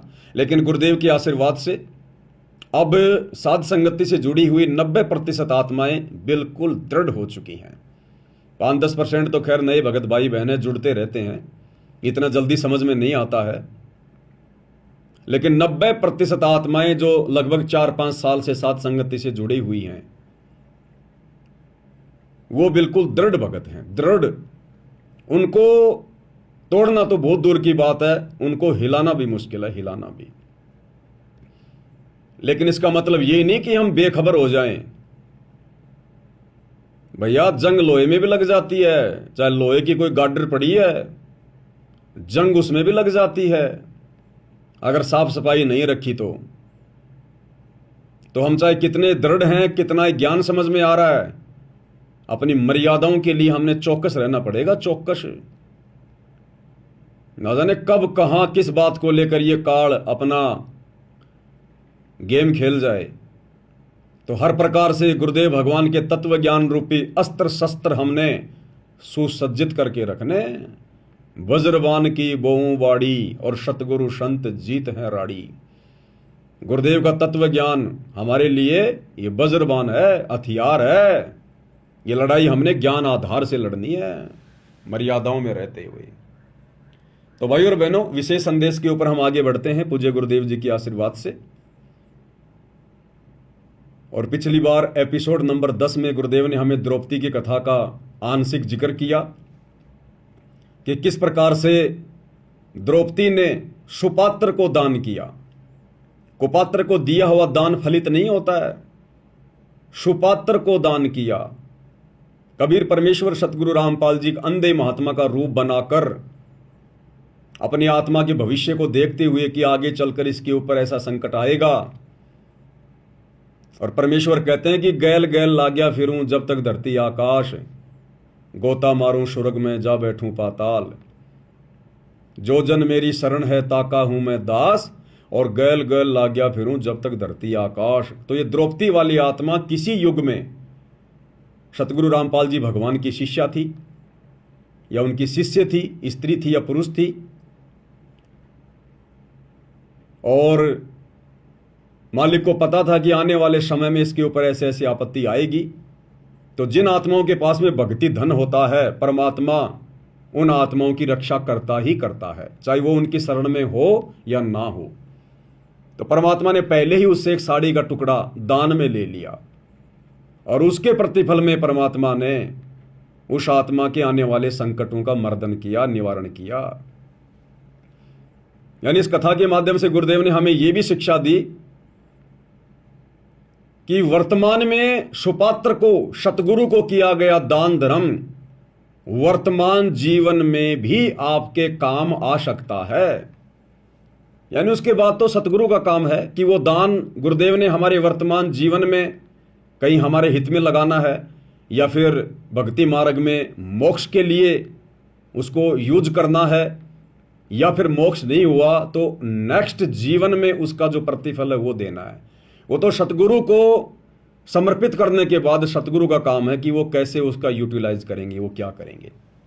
इसलिए सुपात्र को अपने गुरुदेव भगवान को ही ज्योति पाठ का पैसा देना चाहिए, 10वां अंश का पैसा देना चाहिए, या अन्य दान धर्म जो है वो करना चाहिए। अगर कुपात्रों को दोगे तो देख लो इन आश्रम वालों ने क्या हाल कर दिया संगत का। संगत को भेड़ बकरियां बना के छोड़ दी, भेड़ बकरियां।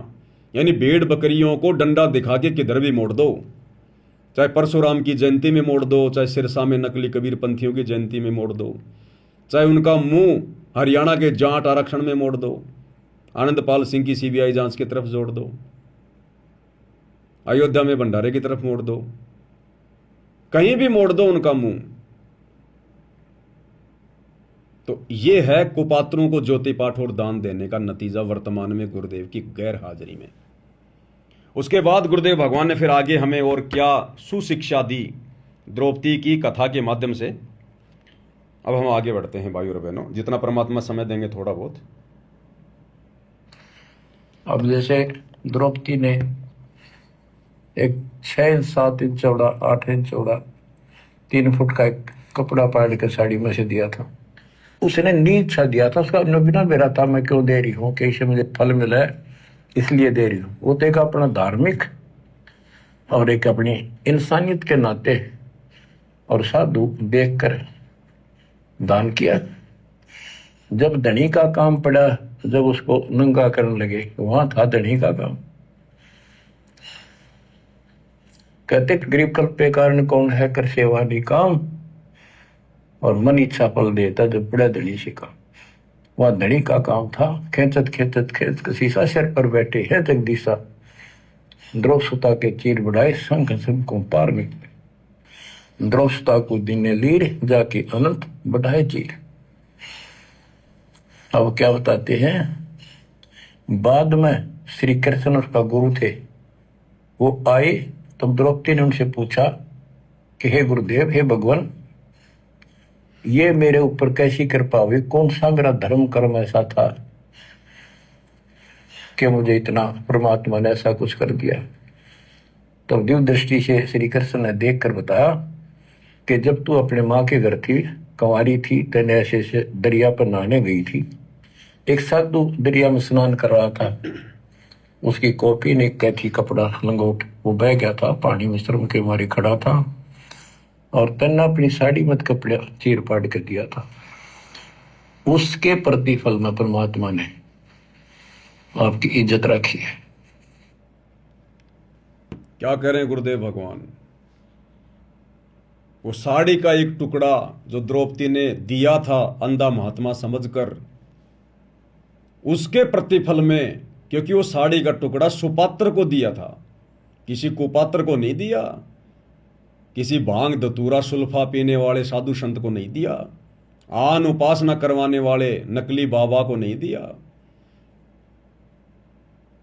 उस संत रूप में सुपात्र कबीर भगवान थे, सतगुरु रामपाल जी थे, और उसके प्रतिफल में परमात्मा ने फिर द्रौपदी का चीर बढ़ाया।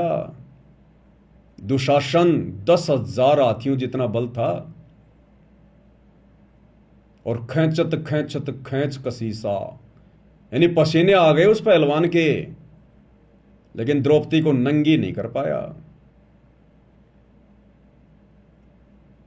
अभी भाई और बहनों, कुछ दिनों पहले गुजरात के अहमदाबाद में वो प्लेन हादसा हुआ एयर इंडिया का। एक यात्री को छोड़कर सभी मारे गए। वो एक क्यों बच गया? अब दुनिया के लिए तो वो रहस्य है, दुनिया के लिए तो वो हीरो बन गया कि ये बच गया, बड़ा सौभाग्यशाली, इसकी किस्मत ने जोर दे दिया। वो ये कारण है भाई और बहनों, कोई पिछला दान पुण्य, कोई पिछला कोई भक्ति का अंश उसका शेष है। क्योंकि इस पृथ्वी पर जितनी भी आत्माएं विचरण कर रही हैं, चाहे वो मनुष्य शरीर में हो या 84 लाख योनियों में, सतलोक से आने के बाद हमारे इतने जन्म हो चुके हैं, मनुष्य जन्म, कि किसी न किसी जन्म में आप और हम इस कबीर भगवान सतगुरु रामपाल जी की शरण में आ चुके हैं, किसी भी युग में। क्योंकि खाली खेल खलक में 6 ऋतु 12 मास, ये परमात्मा हर क्षण पृथ्वी पे रहता है, हर क्षण। साहिब से सतगुरु भय, सतगुरु से भय संत, और धर धर वेख विशाल अंग, ये खेल है आदि और अंत। तो वो आत्मा जो भाई उस प्लेन हादसे में जो बच गया, वो किसी न किसी जन्म में, किसी न किसी युग में सतगुरु रामपाल जी परमेश्वर जी की शरण में था, सत भक्ति की हुई है, दान पुण्य का कोई कण शेष था, भक्ति का कोई अंश शेष था। और परमात्मा अपने वायदे का पक्का है कि जो जन मेरी शरण में, ताका हूं मैं दास, और गैल गैल लागया फिरूं जब तक धरती आकाश। और उसके प्रतिफल में परमात्मा ने उसको अग्नि से, भयंकर दुर्गति से बचाया उसको। कहते हैं ना गुरुदेव, जहर अग्नि तन निकट ने आवे, दूरी जात रंगावे, वीर बेताल बाण ना लागे, यम के कोट डहावे। सतगुरु का वचन कभी मिथ्या नहीं हो सकता। साधु बोले सह सुभाव, साधु का बोला मिथ्या न जाए। साध वचन पलटे नहीं, चाहे पलट जाए ब्रह्मांड। इसलिए बचा है वो। लेकिन वो कब तक चलेगा? वो भक्ति का अंश, वो दान पुण्य का कण कब तक? जिस दिन समाप्त हो जाएगा। आज तो प्लेन हादसे से बच गया, कल को घर बैठा बैठा मर जाएगा, हार्ट अटैक से मर जाएगा, कोई लड़ाई झगड़े में मर जाएगा, किसी बीमारी से मर जाएगा, और कोई गाड़ी के एक्सीडेंट में मर जाएगा। कब तक बचेगा? अमर थोड़ी हो गया। अगर सतगुरु रामपाल जी भगवान की दोबारा से शरण में नहीं आया और शत भक्ति रूपी चार्जर दोबारा से नहीं लगाया, तो दुर्गति तो होनी है। तो दुनिया की नजरों में तो वो हीरो बन गया, लेकिन आप और हमारी नजरों में तो जीरो है, जीरो। क्योंकि हमें तो हकीकत का पता है ना। और गुरुदेव क्या कह रहे हैं फिर आगे, कि द्रौपदी ने वो साड़ी का एक टुकड़ा, और उसके प्रतिफल में परमात्मा ने उसका चीर बढ़ाया। अब भाई और बहनों, हर सत्संग में परमात्मा सारी बातें खोल खोल कर समय भाव के चलते नहीं बता पाते हैं।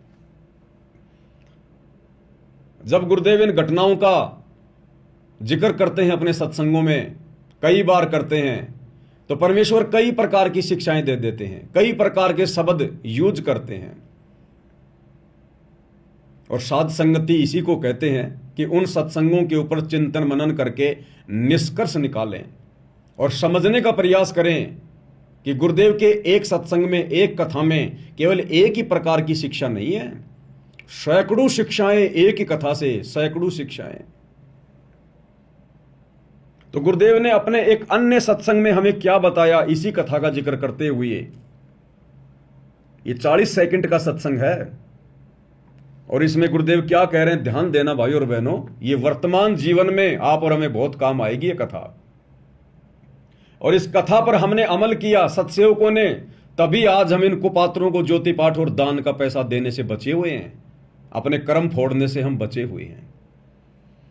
गुरुदेव ने बताया कि वैसे तो द्रौपदी ने 7-8 टुकड़े साड़ी के फाड़ फाड़ के अंधे महात्मा को देने का प्रयास किया था, लेकिन वो पानी में बह गए, अंधे महात्मा के हाथ नहीं लगे। एक साड़ी का टुकड़ा उसने किसी लकड़ी में लपेटकर अंधे महात्मा की तरफ किया। वो एक टुकड़ा साड़ी का अंधे महात्मा के हाथ लगा और उस एक के प्रतिफल में परमात्मा ने उसकी साड़ी बढ़ाई, उसका चीर बढ़ाया। केवल उस एक साड़ी के टुकड़े का परमात्मा ने उसको प्रतिफल दिया। जो साड़ी का टुकड़ा, जो दान उस सुपात्र सतगुरु के हाथ लगा, अंधे महात्मा के हाथ लगा, बाकी भी तो उसने दान ही किया था, साड़ी के टुकड़े फाड़ फाड़ के फेंक दिए थे, लेकिन वो महात्मा के हाथ नहीं लगे तो उनके प्रतिफल में कोई साड़ी वाड़ी नहीं बढ़ाई। वो बेकार, यूजलेस, निरर्थक वो दान द्रौपदी का बेकार गया। वो एक टुकड़ा उस महात्मा के हाथ लगा। सुनिए पहले गुरुदेव भगवान के मुख कमल से, कितनी गहरी शिक्षा है। क्या कह रहे हैं परमात्मा। एक सेकंड भाई और बहनों, दास वीडियो निकाल रहा है।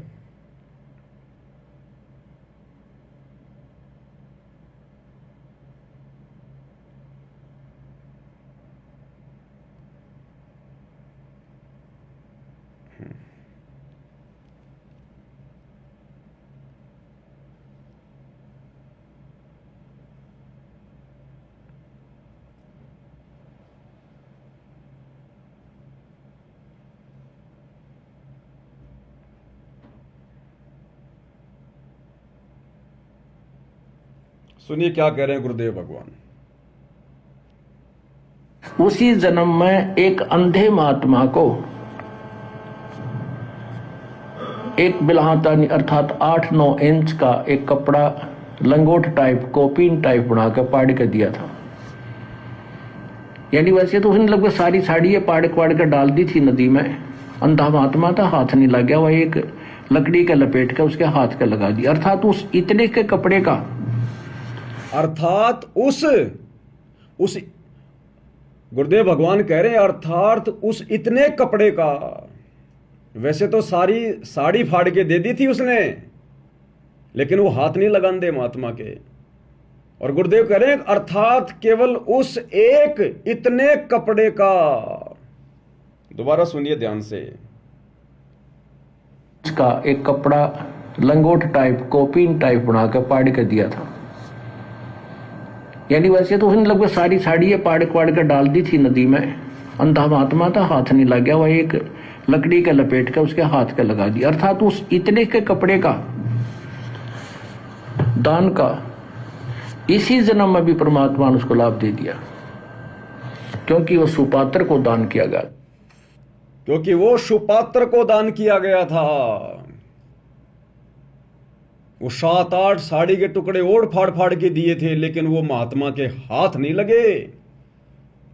किया उसने दान ही था, अपनी तरफ से उसने फाड़ के डाले थे कि महात्मा के हाथ लग जाए, लेकिन नहीं लगे। ये कथाएं हैं भाई और बहनों, कथाएं। इनमें बहुत गहरी गहरी शिक्षाएं हैं। जिस प्रकार गीता और वेदों के श्लोक सांकेतिक हैं, कोड वर्ड में, गरीबदास जी की वाणियां कोड वर्ड में हैं, उसी प्रकार ये गुरुदेव के सत्संग, ये तो उनसे भी ज्यादा सांकेतिक हैं। अरे वेदों का ज्ञान किसने दिया? कबीर, परमेश्वर, सतगुरु रामपाल जी ने काल के अंतःकरण में ये वेद फीड किए। क्या आज तक कोई समझ पाया? उन्हीं के अलावा लाखों साल से वेद इसी धरती पर हैं। मनु जैसे, व्यास जैसे, पाराशर जैसे, वशिष्ठ जैसे, विश्वामित्र जैसे, मार्कंडे जैसे पसीना निकाल के चले गए। एक श्लोक को भी ढंग से नहीं समझ पाए, एक श्लोक को भी वो बाई बक के चले गए, क्योंकि ये कोड वर्ड में सांकेतिक है। जिसने ये वेदों का ज्ञान दिया वही समझा सकता है। तो सोचिए, उस परमेश्वर ने जो वेदों का ज्ञान दिया, जब वो एक जीव नहीं समझ पा रहे, तो वही कबीर भगवान सतगुरु रामपाल जी जब धरती पर प्रकट होकर साक्षात अपने मुख कमल से तत्व ज्ञान युक्त सत्संग कहेंगे, तो वो कैसे इतने आसान होंगे भाई? वो तो वेद और गीता से भी ज्यादा सांकेतिक होंगे। उनकी वाणियां, उनके शब्द, उनकी कथा, उनके प्रवचन। तो गुरुदेव क्या कह रहे हैं कि वैसे तो सारी साड़ी दान कर दी थी, लेकिन उस अंधे महात्मा के केवल एक टुकड़ा हाथ लगा, वो इतनाक है। और वाणी भी क्या कहती है, एक लीर के कारणे मेरे हो गए चीर अपार। जब द्रौपदी को श्री कृष्ण जी के माध्यम से पता चला तो द्रौपदी ने कहा कि एक लीर के कारण, लीर यानी टुकड़ा, एक लीर के कारण मेरे हो गए चीर अपार। और जो मुझे पहले पता होता कि वो महात्मा इतना बड़ा सुपात्र था, इतना महान था, तो द्रौपदी बोली मैं देती सब कुछ वार। और सत्संग में गुरुदेव ने कहा कि बच्चों आज तुम्हें पता चल गया, द्रौपदी को तो नहीं पता था उस समय, वो तो धोखा खा गई, लेकिन आज तुम्हें पता चल गया कि आज वही अंधा महात्मा, वही कबीर भगवान तुम्हारे गुरु के रूप में प्रकट है। इसलिए कहते हैं तन मन शीस ईस अपने पर पहलम चोट चढ़ावे, जब कोई राम भगत गति पावे। लेकिन अंधा होके दान नहीं करना। अगर पता भी चल गया कि ये गुरु भगवान है, वही सुपात्र है, तत्वदर्शी है, तो अंधा होके दान नहीं करना। उस गुरु के नाम पर किसी ऐरे गहरे भगत को दान नहीं करना, गुरु के परिवार को दान नहीं करना, गुरु के बेटा बेटी को दान नहीं करना, गुरु की गैर हाजिरी में गुरु के नाम पर खोले गए आश्रमों में दान धर्म नहीं करना। जो विधि, जो मर्यादा गुरुदेव ने बताई कि 10वां अंश गुरु को दीजिए, 10वां अंश गुरु के बेटे को दीजिए, ऐसा नहीं लिखा। 10वां अंश गुरु की बेटी को दीजिए, ऐसा नहीं लिखा। 10वां अंश आश्रमों में दीजिए, ऐसा नहीं लिखा। 10वां अंश गुरु को दीजिए, ताते जीवन जन्म सफल कर लीजिए। यानी गुरु के हाथ में, तब आपका दान फलेगा। आज वर्तमान में कहां है हमारे गुरुदेव भगवान? हिसार जेल में संगत दान कहां कर रही है आंख बंद करके? इन सतलोक आश्रमों में किनको कर रही है? कुपात्रों को। क्या संगत का ज्योति पाठ और दान का पैसा, 10वें अंश का पैसा सुपात्र सतगुरु के हाथ लग रहा है? नहीं लग रहा। गुरु को तो 2 टाइम की रोटी, 2 जोड़ी शरीर पर पहनने के लिए कपड़े प्रशासन दे रहा है, सरकार दे रही है। तो तुम्हारा ये लाखों का, ये करोड़ों का, अरबों का दान कहां जा रहा है? तुम किनको दे रहे हो? किनके हाथों में दे रहे हो? अब तुम कह दोगे हम तो गुरुजी को निमित्त मान के दे रहे हैं, हम तो गुरुजी के नाम पे दे रहे हैं। वो द्रौपदी भी साड़ी का टुकड़ा फाड़ फाड़ के अंधे महात्मा के नाम पर ही दे रही थी। उस अंधे महात्मा को ही देना चाह रही थी, लेकिन वो टुकड़े अंधे महात्मा के हाथ नहीं लगे तो उनका प्रतिफल नहीं मिला। एक टुकड़ा हाथ लगा, उसी का प्रतिफल मिला। तो तुम्हारी ये बहानेबाजी नहीं चलेगी कि हम तो गुरुजी के नाम पे दे रहे हैं, गुरुजी के नाम पर आश्रम खुले हुए हैं, गुरुजी के बेटा बेटी हैं। अरे द्रौपदी का एक टुकड़ा तो हाथ लग गया, तुम्हारा तो 1 रुपया भी गुरुदेव के हाथ में नहीं जा रहा आज। और उल्टा तुम्हारी आंखों के सामने तुम्हारे दान का दुरुपयोग हो रहा है। तुम्हारी आंखों के सामने, तुम्हारे नाक के नीचे, उसी धनाना आश्रम के पास बैडमिंटन का स्टेडियम बना दिया गया करोड़ों रुपए में। वो स्टेडियम गुरुदेव के परिवार ने अपनी जमीन बेच के या अपनी औरतों के गहने बेच के नहीं बनवाया। आपका ज्योति पाठ और दान का पैसा काल ने लगवा दिया। काल कहां है? चुपचाप थोड़ी बैठा है, चद्दर ओढ़ के थोड़ी सो रहा है, दिखाई थोड़ी देता है, वो किसी के सामने प्रकट थोड़ी होता है। वो इस प्रकार से अपना कार्य कर रहा है संगत में। संगत माही कुसंगत उपजे, जैसे बन में बाश, आप घिस घिस आग लगा लेकर बनखंड का विनाश। तो आज तुम्हारा पैसा तुम्हारे गुरुदेव के हाथ कहां लग रहा है, जो तुम इन आश्रमों में जा जाके दे रहे हो? अरे चलो बेचारे नए भगत भाई बहन, उनको तो नहीं पता सच्चाई का। उन्होंने तो अपने गुरुदेव की संगति नहीं की सतलोक आश्रम बरवाड़ा में। लेकिन जो पुराने भगत भाई बहन है वो क्यों मूर्ख बन रहे हैं? अरे सतलोक आश्रम बरवाड़ा में याद करो, जब आप और हम गुरुदेव भगवान के दर्शनों के लिए जाया करते थे लाइन लगाकर, तो वहां पर आश्रम की दीवारों पर बड़े बड़े पोस्टर, होर्डिंग, और क्या लिखा था? ज्योति और पाठ का पैसा दर्शनों के समय केवल गुरुदेव के हाथ में ही देना है।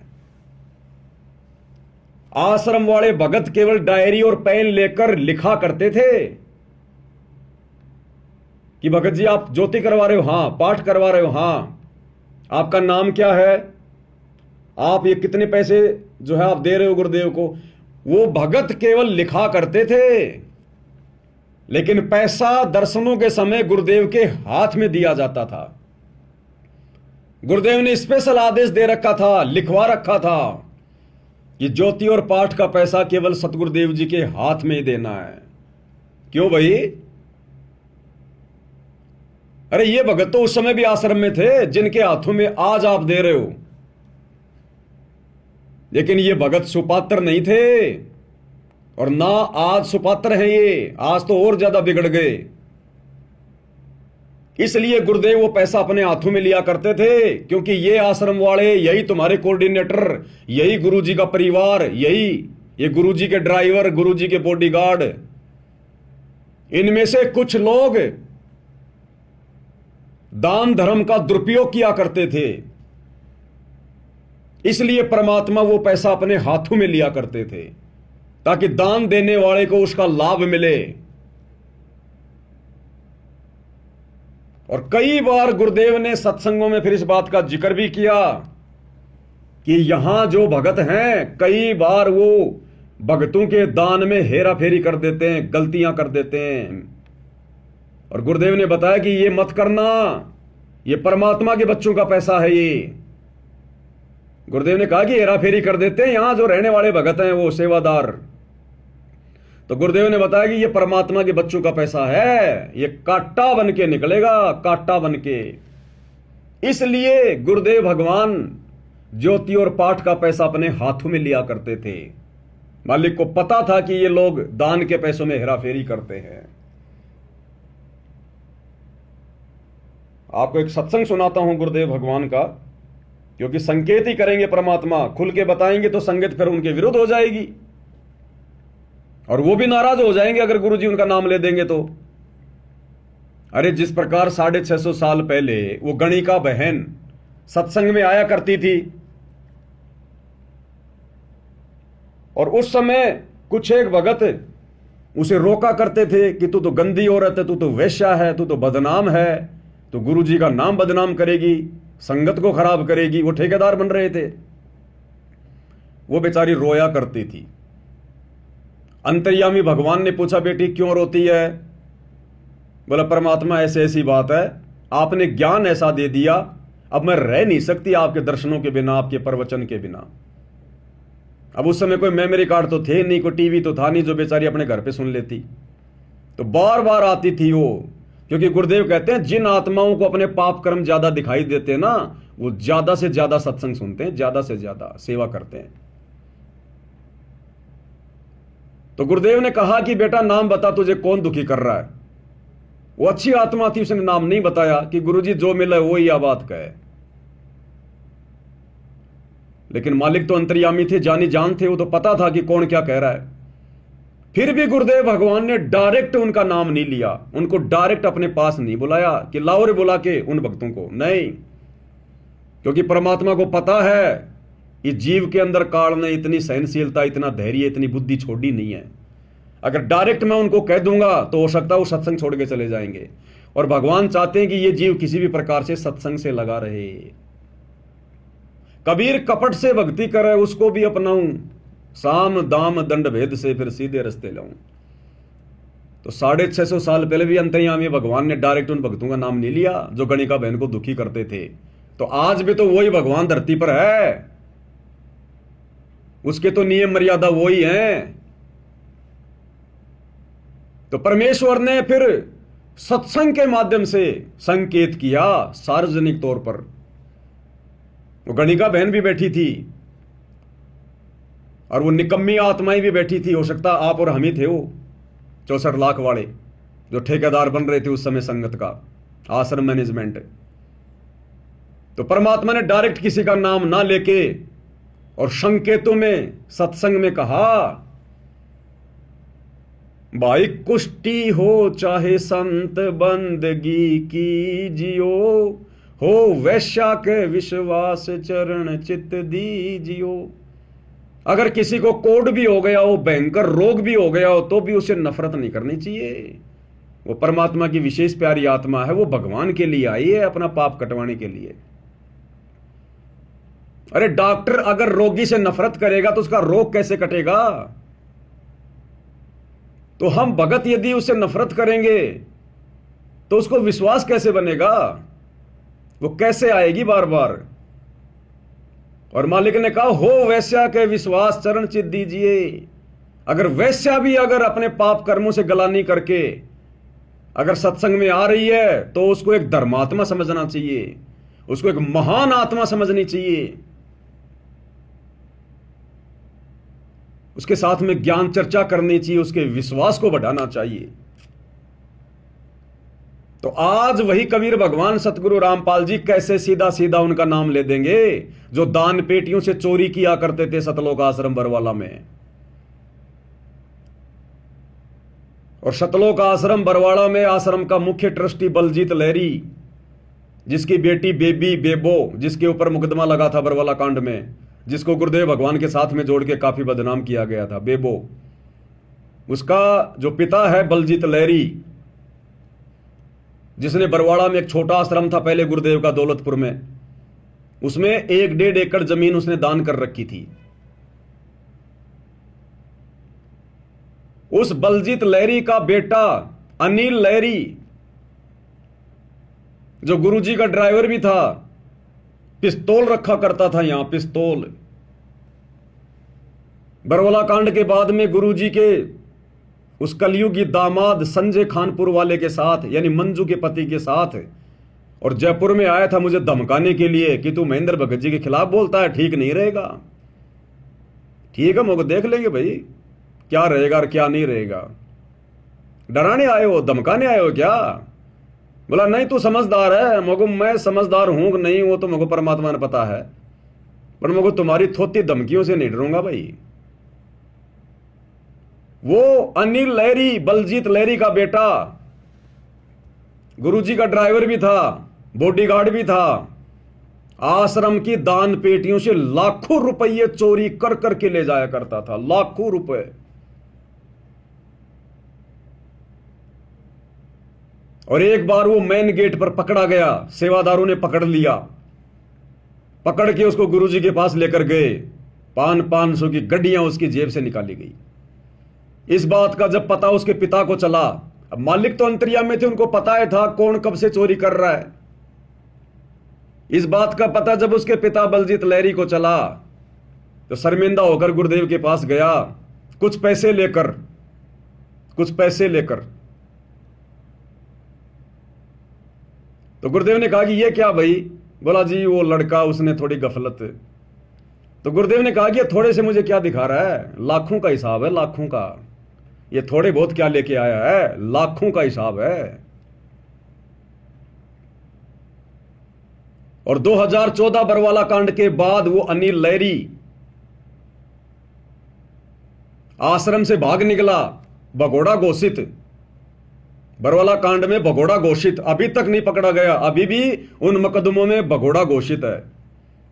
और जब ये पवन दास हिसार जेल में गया तो मुझे उसी का एक यार मिल गया वहां, प्रदीप पूनिया, उसका दारू का ठेका बरवाला में। वो किसी मुकदमे में, लड़ाई मारपीट के मुकदमे में वही था। उसको पता चला कि ये बाबा रामपाल का भगत है, दास वहां ज्ञान चर्चा करता था। वो लोग सुनते तो नहीं थे, लेकिन फिर उसने मुझे बताया कि तू अनिल लहरी को जानता है क्या? मैंने कहा मैं तो बहुत अच्छे से जानता हूं उसको, मेरे घर पे आया हुआ है। बोला बलजीत का लड़का, हाँ मगो बलजीत नाम उसके पिताजी का। बोलो उसकी बहन बेबो जिसके ऊपर मुकदमे थे मो कहा। बोला वो आश्रम से लाखों रुपया लेके और सीधा मेरे पास ठेके पे आता था, ठेके पे। और मैं कहता था कहां से ला रहा है आजकल, कहां लॉटरी लग गई। बोले मौज उड़ाए जाओ, यूं ही मौज लिए जाओ। और बोला पता है वर्तमान में कहां हो। मैंने कहा उसके ऊपर तो वो बरवाला कांड के मुकदमे लगे हुए। बोले बरवाला कांड तो छोड़, बरवाला कांड के बाद उसने उसने उसने गांजे का कारोबार शुरू कर दिया, नशे का गांजा। और बोला 10 क्विंटल गांजे में, 10 क्विंटल गांजे के साथ में पकड़ा गया था, लेकिन वो तो भाग निकला और वो 10 क्विंटल गांजा पकड़ा गया। अब बोला वो एनडीपीएस के मुकदमे में है, एनडीपीएस के मुकदमे में। तो ये हैं गुरुदेव भगवान के परम भक्त, ये हैं वो पवन पुत्र हनुमान, जिनके ऊपर आज ये संगत आंख बंद करके विश्वास कर रही है। इन सब की एक ही राम कहानी है। वो तो एक का मुकदमा उजागर हो गया, बाकी बैकग्राउंड में सारे ऐसे ही है। इसलिए गुरुदेव भगवान ने सतलोक आश्रम बरवाड़ा में उस अंतर्यामी ने इनके कुकर्मों को देखकर, क्योंकि शिकायतें तो गुरुजी के पास जाती थी ना, अब गुरुजी संगत को कैसे बताए कि ये कैसे निकम्मे हैं, क्या कर रहे हैं यहां पर, मैं इनसे कितना दुखी हूं। ये चीचड़ है, चीचड़ जो गुरुदेव भगवान का खून पीती थी। जैसे चीचड़ होते हैं ना, वो कलील बोलते हैं उनको, चीचड़ होते हैं जो पशु के थन के लग के उसका खून पीते हैं। तो गुरुदेव ने एक बार जिक्र किया हुआ है कि बच्चों जो मेरे साथ में रहते हैं, जो मेरे पास में रहते हैं, जिनको तुम ये परम भगत मान रहे हो, ये तो चीचड़ हैं, ये तो मेरा खून पीते हैं। और सैकड़ों हजारों किलोमीटर से तुम आत्माएं जो समागम में आती हो, तुम मेरा दूध पीती हो, दूध, सत्संग रूपी दूध। और ये जो मेरे पास में रहते हैं चीचड़ है, मेरा खून पीते हैं ये।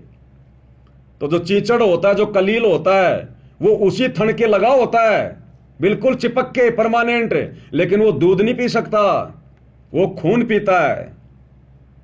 और बाहर का आदमी आके, वो घरवाला तुरंत दूध निकाल के लेके जाएगा। तो गुरुदेव भगवान ने फिर सत्संग में जिक्र किया। अब सीधा सीधा थोड़ी कहेंगे मालिक, नाम लेके थोड़ी कहेंगे। इसलिए गुरुदेव भगवान ने फिर जिक्र किया अपने एक सत्संग में। और क्या कह रहे हैं परमात्मा का विधान है, क्या कह रहे हैं? क्योंकि परमात्मा का विधान है। कहते हैं एक आप 1 रुपया दान करोगे, 1000 देता दाता आपको। जो दान आप यहाँ करते हो वो आपका नहीं, वो तो भगवान का हो गया, आपका नहीं रहा। उसके बदले में आपको तो 1000 मालिक ने उसी समय लिख दिया आपके अकाउंट में, लेकिन वो अकाउंट आपको दिखता कौन?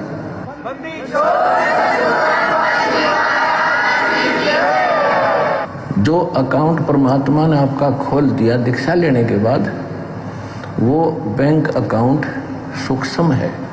आपके अंतःकरण में एक मैसेज पहुंच जाता है, भगवान के ऊपर आपकी एक और फाइल है, उसमें ये मैसेज ऐड हो जाता है। आपने 1 रुपया दान करा, 1000 आपके खाते में लिख दिया था।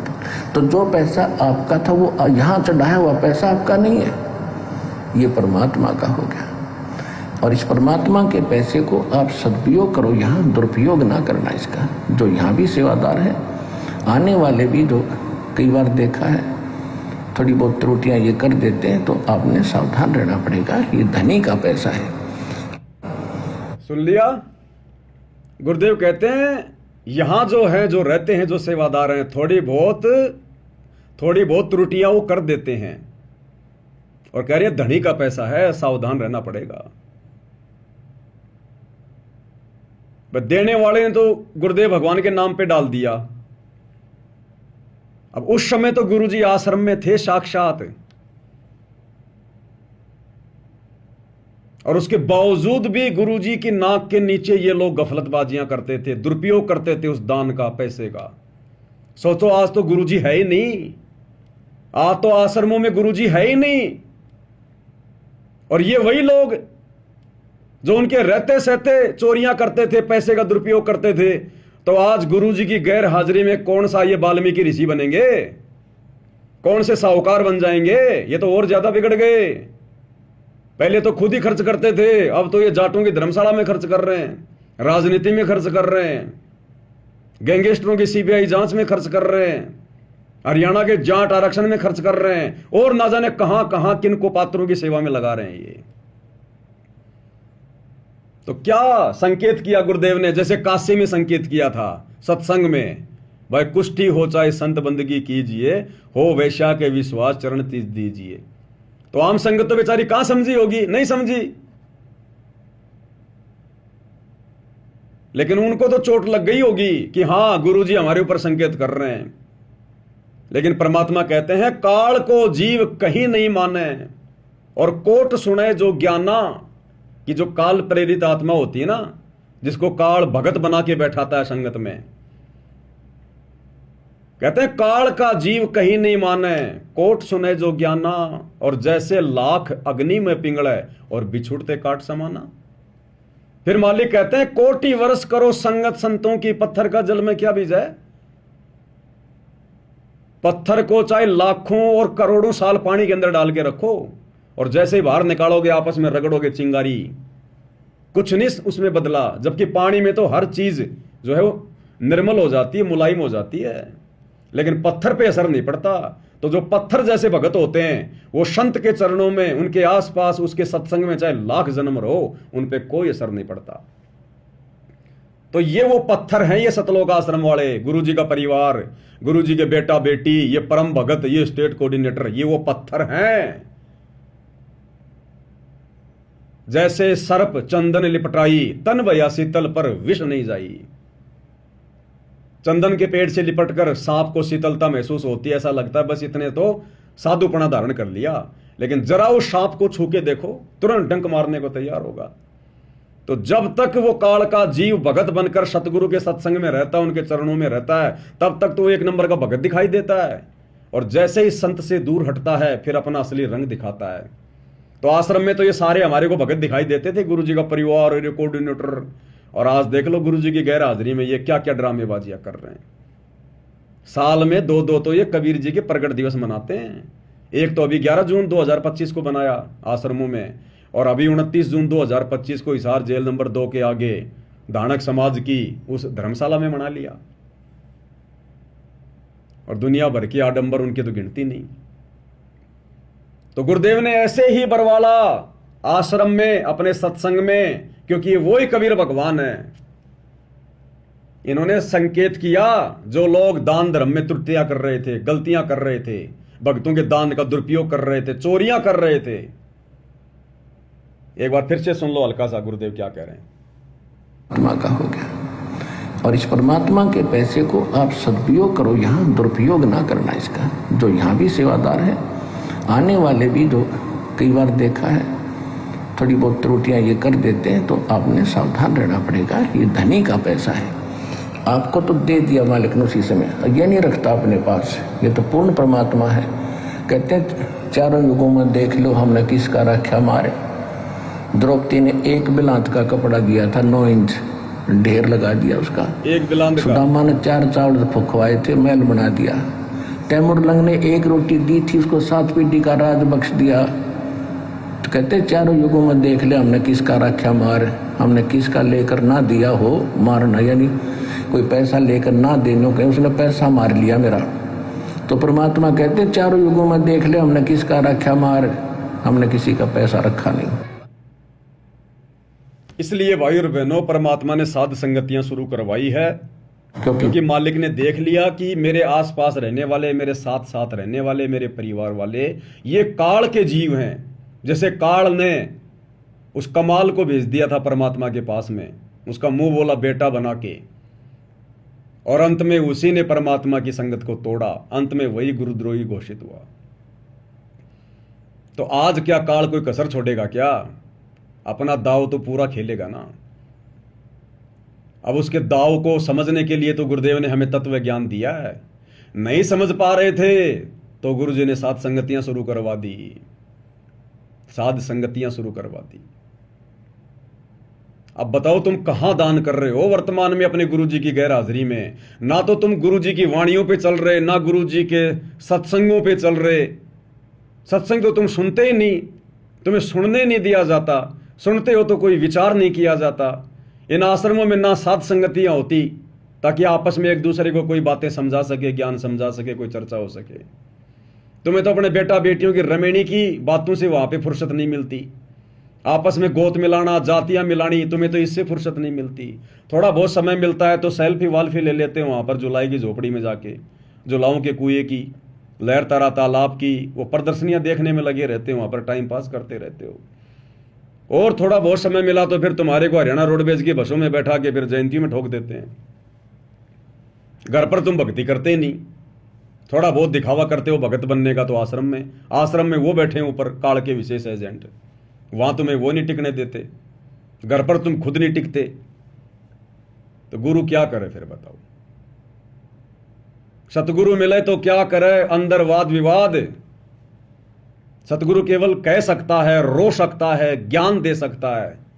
समझना तो हमने पड़ेगा खुद ने, जानवर नहीं है। इसलिए परमेश्वर ने हम सत्सेवकों को बचा लिया इन कुपात्रों की कुसंगति से, वरना आज आप और हम भी गुरु की गैर हाजिरी में इन्हीं के हाथों में ज्योति पाठ और दान दे रहे होते। इन्हीं आश्रमों में जा जाके दान पेटियों में दान डाल रहे होते। और उस दान का सरेआम किस प्रकार से दुरुपयोग किया जा रहा है, गुरु जी की मर्यादाओं के विरुद्ध, सत्संगों के विरुद्ध, विधान के विरुद्ध। और इसीलिए संगत की दुर्गति हो रही है। घर घर में कहर टूट रहा है। घर घर में किसी का पहले नंबर आ गया, किसी का आने वाले समय में आ जाएगा, क्योंकि मर्यादाओं में तो कोई है ही नहीं। जब आश्रम वाले ही मर्यादाओं में नहीं है, जिनकी तुम कुसंगति कर रहे हो, तो तुम कैसे मर्यादाओं में रह सकते हो? इसलिए भाइयों और बहनों, ये विशेष संदेश है गुरु जी की। एक एक लाइन में एक एक घंटे का संदेश है, एक एक घंटे का संदेश।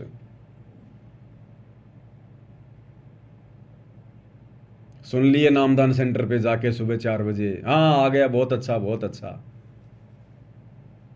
साथ संगति की वीडियो देखो तब पता चलेगा क्या अच्छा है इनके अंदर। ये मनोरंजन के लिए, गुरुदेव कहते हैं कि मनोरंजन के लिए नहीं सुना रहा है कथा में, टाइम पास के लिए नहीं सुना रहा। गुरुदेव कहते हैं जैसे दूध में जामन लगा के फिर दही को मथा जाता है तब घी निकलता है। सत्संग सुनने से बात नहीं बनेगी, सुनने के बाद में चिंतन मनन करना पड़ेगा, उन पे मंथन करना पड़ेगा, डिस्कस करना पड़ेगा, रगड़ा मारना पड़ेगा। जैसे मेहंदी के पत्ते हाथ में लेके रगड़ा मारना पड़ता है।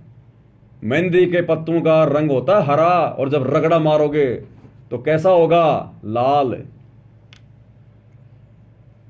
तो सत्संग सुनने मात्र से भला नहीं होगा, रगड़ा मारना पड़ेगा, दिमाग पे जोर डालना पड़ेगा। और ये जोर डलेगा साध संगतियों से, वैसे नहीं डलेगा। तब जाके इस काल के भयंकर जाल से आप और हम बच सकते हैं।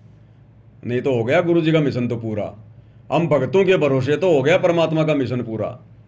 अगर ये भगवान साध संगतियां ना शुरू करवाता तो हो गया गुरु जी का मिशन तो पूरा। कहां लेके जा रहे हैं मैनेजमेंट वाले देख लो, ये तो नीलकंठ की तरफ ले जा रहे हैं, नीलकंठ की तरफ, पहाड़ों में। और गुरु जी लेके जाना चाह रहे हैं ऊपर। तो इनके भरोसे नहीं चल रहा परमात्मा का मिशन, इन लोगों के सहारे नहीं चल रहा।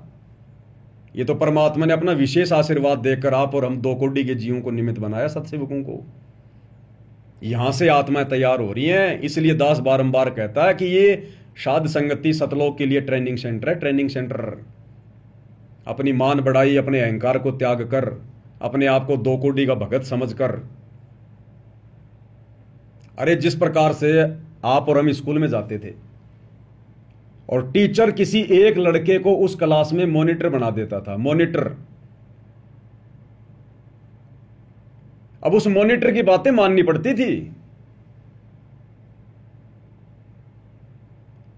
जब वो आता था वो टीचर, उस मॉनिटर से पूछा करता था कि हां किसने क्या क्या किया, और वो मॉनिटर अगर किसी का नाम ले दे तो उसके डंडे पड़ते ही पड़ते थे।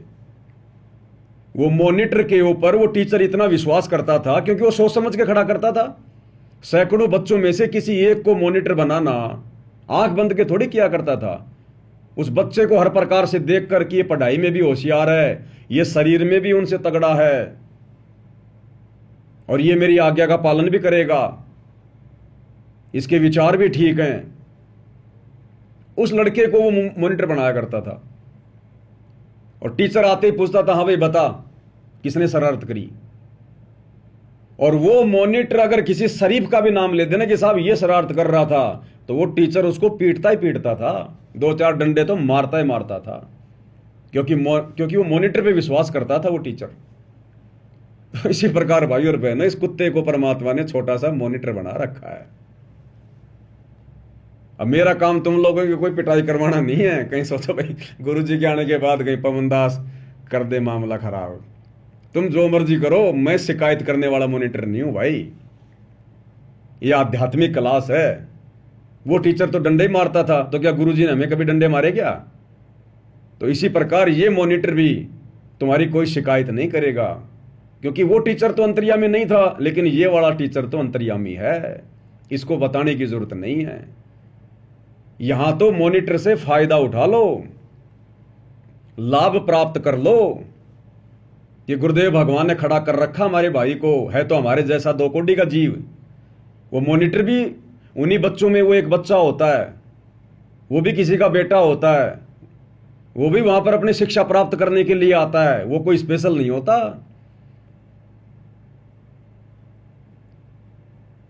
इसी प्रकार ये दास भी कोई स्पेशल नहीं है। आप ही में से 2 कोटि का जीव हूं, लेकिन भगवान ने सेवा दे रखी है, इसमें मेरा कोई श्रेय नहीं है। वो टीचर भी खुद ही मॉनिटर बनाया करता था, किसी की चापलूसी करने से नहीं बनाता था। तो गुरुदेव ने अपनी मर्जी से खड़ा किया, अपनी प्रेरणा से खड़ा किया। भाई ये तो मालिक है, जब ये अपना आशीर्वाद देकर झोटे से वेद मंत्र बुलवा सकता है, तो आप और हम तो फिर भी इंसान हैं। इसलिए भाई और बहनों, साध संगति से जुड़कर, और फिर ये ना देखो, फिर मन में कोई दोष ना पाड़ो किसी भी प्रकार का, नहीं तो बाद में फिर बहुत ज्यादा पछताना होगा। फिर ये आगे नहीं चलेगी। फिर ये बकवाद, ये राग द्वेष मान बढ़ाई ईर्ष्या मन के दोष, ये आगे नहीं चलेंगे। फिर कोई नहीं सुनेगा हमारी। जो लाभ उठाना है वो उठा लो। अरे रिश्तेदार आते हैं, उनसे 1-2 घंटे बात नहीं करते क्या वो लोग? कोई अड़ोसी पड़ोसी आ जाए, उससे बैठ के कोई चर्चा नहीं होती क्या? तो मैं तो तुम्हारा गुरु भाई हूं, चर्चा करूंगा तो अच्छी करूंगा। वो रिश्तेदार तो फिर भी फालतू की बातें करेंगे। मैं तो कोई परमात्मा की चर्चा करूंगा, तो मेरे से चर्चा करने में तुम्हें दिक्कत क्यों, नफरत क्यों? और रिश्तेदारों की तुम सारी बातें सुनते हो, अपने गुरु भाई की सुनने में दिक्कत क्यों? क्योंकि काल का प्रेशर, काल नहीं चाहता ना कि सुन ले। वो रिश्तेदार तो काल के जाल में फंसाएंगे, लेकिन यहां ये वाला मॉनिटर तो काल के जाल से बाहर निकालेगा मालिक के आशीर्वाद से। इसलिए काल नहीं सुनने देता, मन में जबरदस्ती ऊटपटांग हरकतें पैदा करेगा, राग द्वेष करवाएगा कि ये अपने आप को कहता कि मेरे को गुरुजी ने खड़ा किया है। कब किया इसको गुरुजी ने खड़ा? क्या जरूरत पड़ गई गुरुजी को निमित्त बनाने की? अरे 650 साल पहले भगवान भी बोल देता संस्कृत में श्लोक, फिर वो झोटे को निमित्त बनाने की क्या जरूरत पड़ गई थी भगवान ने? तो ये तो भगवान का काम है, वो किसको बनाएगा, क्यों बनाएगा, नहीं बनाएगा, कब तक बनाएगा, ये तो भगवान का काम है। झोटे ने थोड़ी कहा था कि मेरे को बनाओ निमित्त, मालिक ने हाथ रख दिया, बन गया। तो ये तो गुरुदेव की मर्जी है, वो मुझे खड़ा करता, किसी और को करता, किसी न किसी को तो करता ही। लेकिन काल भी तो पूरी कोशिश करेगा ना कि ये इसकी बातें ना सुने, मन में दोष पैदा कर लें। कईयों के तो मन में ये आ जाता कि यार ये अपने आप में ज्यादा शाना बन रहा है कि बस मेरे को ही ज्ञान है। मैंने तो कभी कही नहीं है बात कि मेरे को ही ज्ञान है। हर बात पे वीडियो यही बनाता है, पुस्तकों पे भी वीडियो यही बना रहा है। यही हो गया कि अपने आप में कुछ ज्यादा। अरे मैं तो कुछ नहीं हूं मेरे भाई। मैं तो कितनी बार कहता हूं कि 2 कोटि का जीव हूं। मेरे बाप दादा 1 नंबर के दारूबाज थे, आज भी उनका नाम है। ऐसे शराबियों के घर में परमात्मा ने मुझे पैदा किया। सत्संग के कोई आसपास भी नहीं था, और ना मुझे पता था गुरु जी की शरण में आने से पहले कि कोई सत्संग भी होता है, कोई मोक्ष भी होता है, या कोई गुरु भी बनाना पड़ता है। आप जैसा ही 2 कोटि का जीव हूं, भगवान ने आशीर्वाद दे दिया। मुझे नहीं खड़ा करते तो आपको खड़ा करते, और आपके साथ भी फिर ऐसे खचातानी होती। तो ये सोचकर कि भैया अगर कुछ अच्छी बातें बता रहा है भगवान के बारे में, अगर तो ले लो, क्या दिक्कत है उसमें। लेकिन ये काल राग द्वेष करवाएगा, छोटी छोटी बातों पे मन मुटाव करवाएगा, तो ये उसका सूक्ष्म जाल है।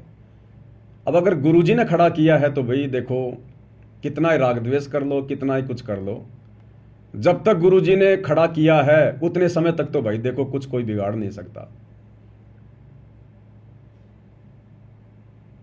इसलिए भाई और बहनों, इस काल के इस सूक्ष्म जाल को भी समझो। मेरे से द्वेष मत करो, मेरी शकल से, मेरी सूरत से राग द्वेष मत करो, मुझे उस दृष्टि से मत देखो,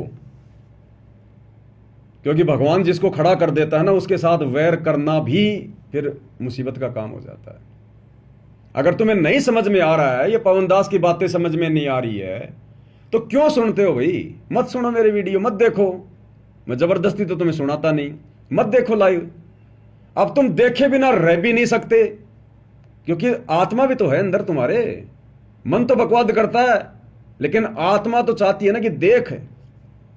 तुम देखे बिना रह भी नहीं सकते और फिर बकवाद किए बिना भी नहीं रह सकते। इसका मतलब अभी मन हावी है तुम्हारे ऊपर, अभी आत्मा बेचारी अभी कमजोर है। आत्मा को आत्मा की खुराक खिलाओ ज्यादा। अरे मेरे से क्या नफरत करोगे? मैंने भी सतलोक जाना, गुरुजी आने के बाद मैं भी चुपचाप बैठ जाऊंगा, मैंने भी मेरी भक्ति करनी है। मैंने क्या करना है? मैंने कोई राष्ट्रपति बनना नहीं, प्रधानमंत्री बनना नहीं, मैंने कोई गुरु बनना नहीं, ये ज्ञान बांटकर मैंने कोई तत्वज्ञानी बनना नहीं। मैं भी अपनी भक्ति करके इस काललोक से अपना पीछा छुटवाऊंगा। ये थोड़े समय का खेल है, मालिक ने दया बख्शी है। कोई फायदा उठाया जाए तो उठा लो, और नहीं अच्छा लग रहा हो तो कोई दिक्कत नहीं है, आप अपने हिसाब से चलो। कोई जबरदस्ती का काम थोड़ी है फिर। लेकिन ये काल फिर जबरदस्ती करके कर्म फुड़वाता है। इसलिए भाई और बहनों, थोड़ा विचार करो इन बातों पे। ये बहुत परमात्मा की एक विशेष रजा और मेहर है वर्तमान में आप और हमारे ऊपर, जो हम साथ संगति से जुड़े हुए हैं।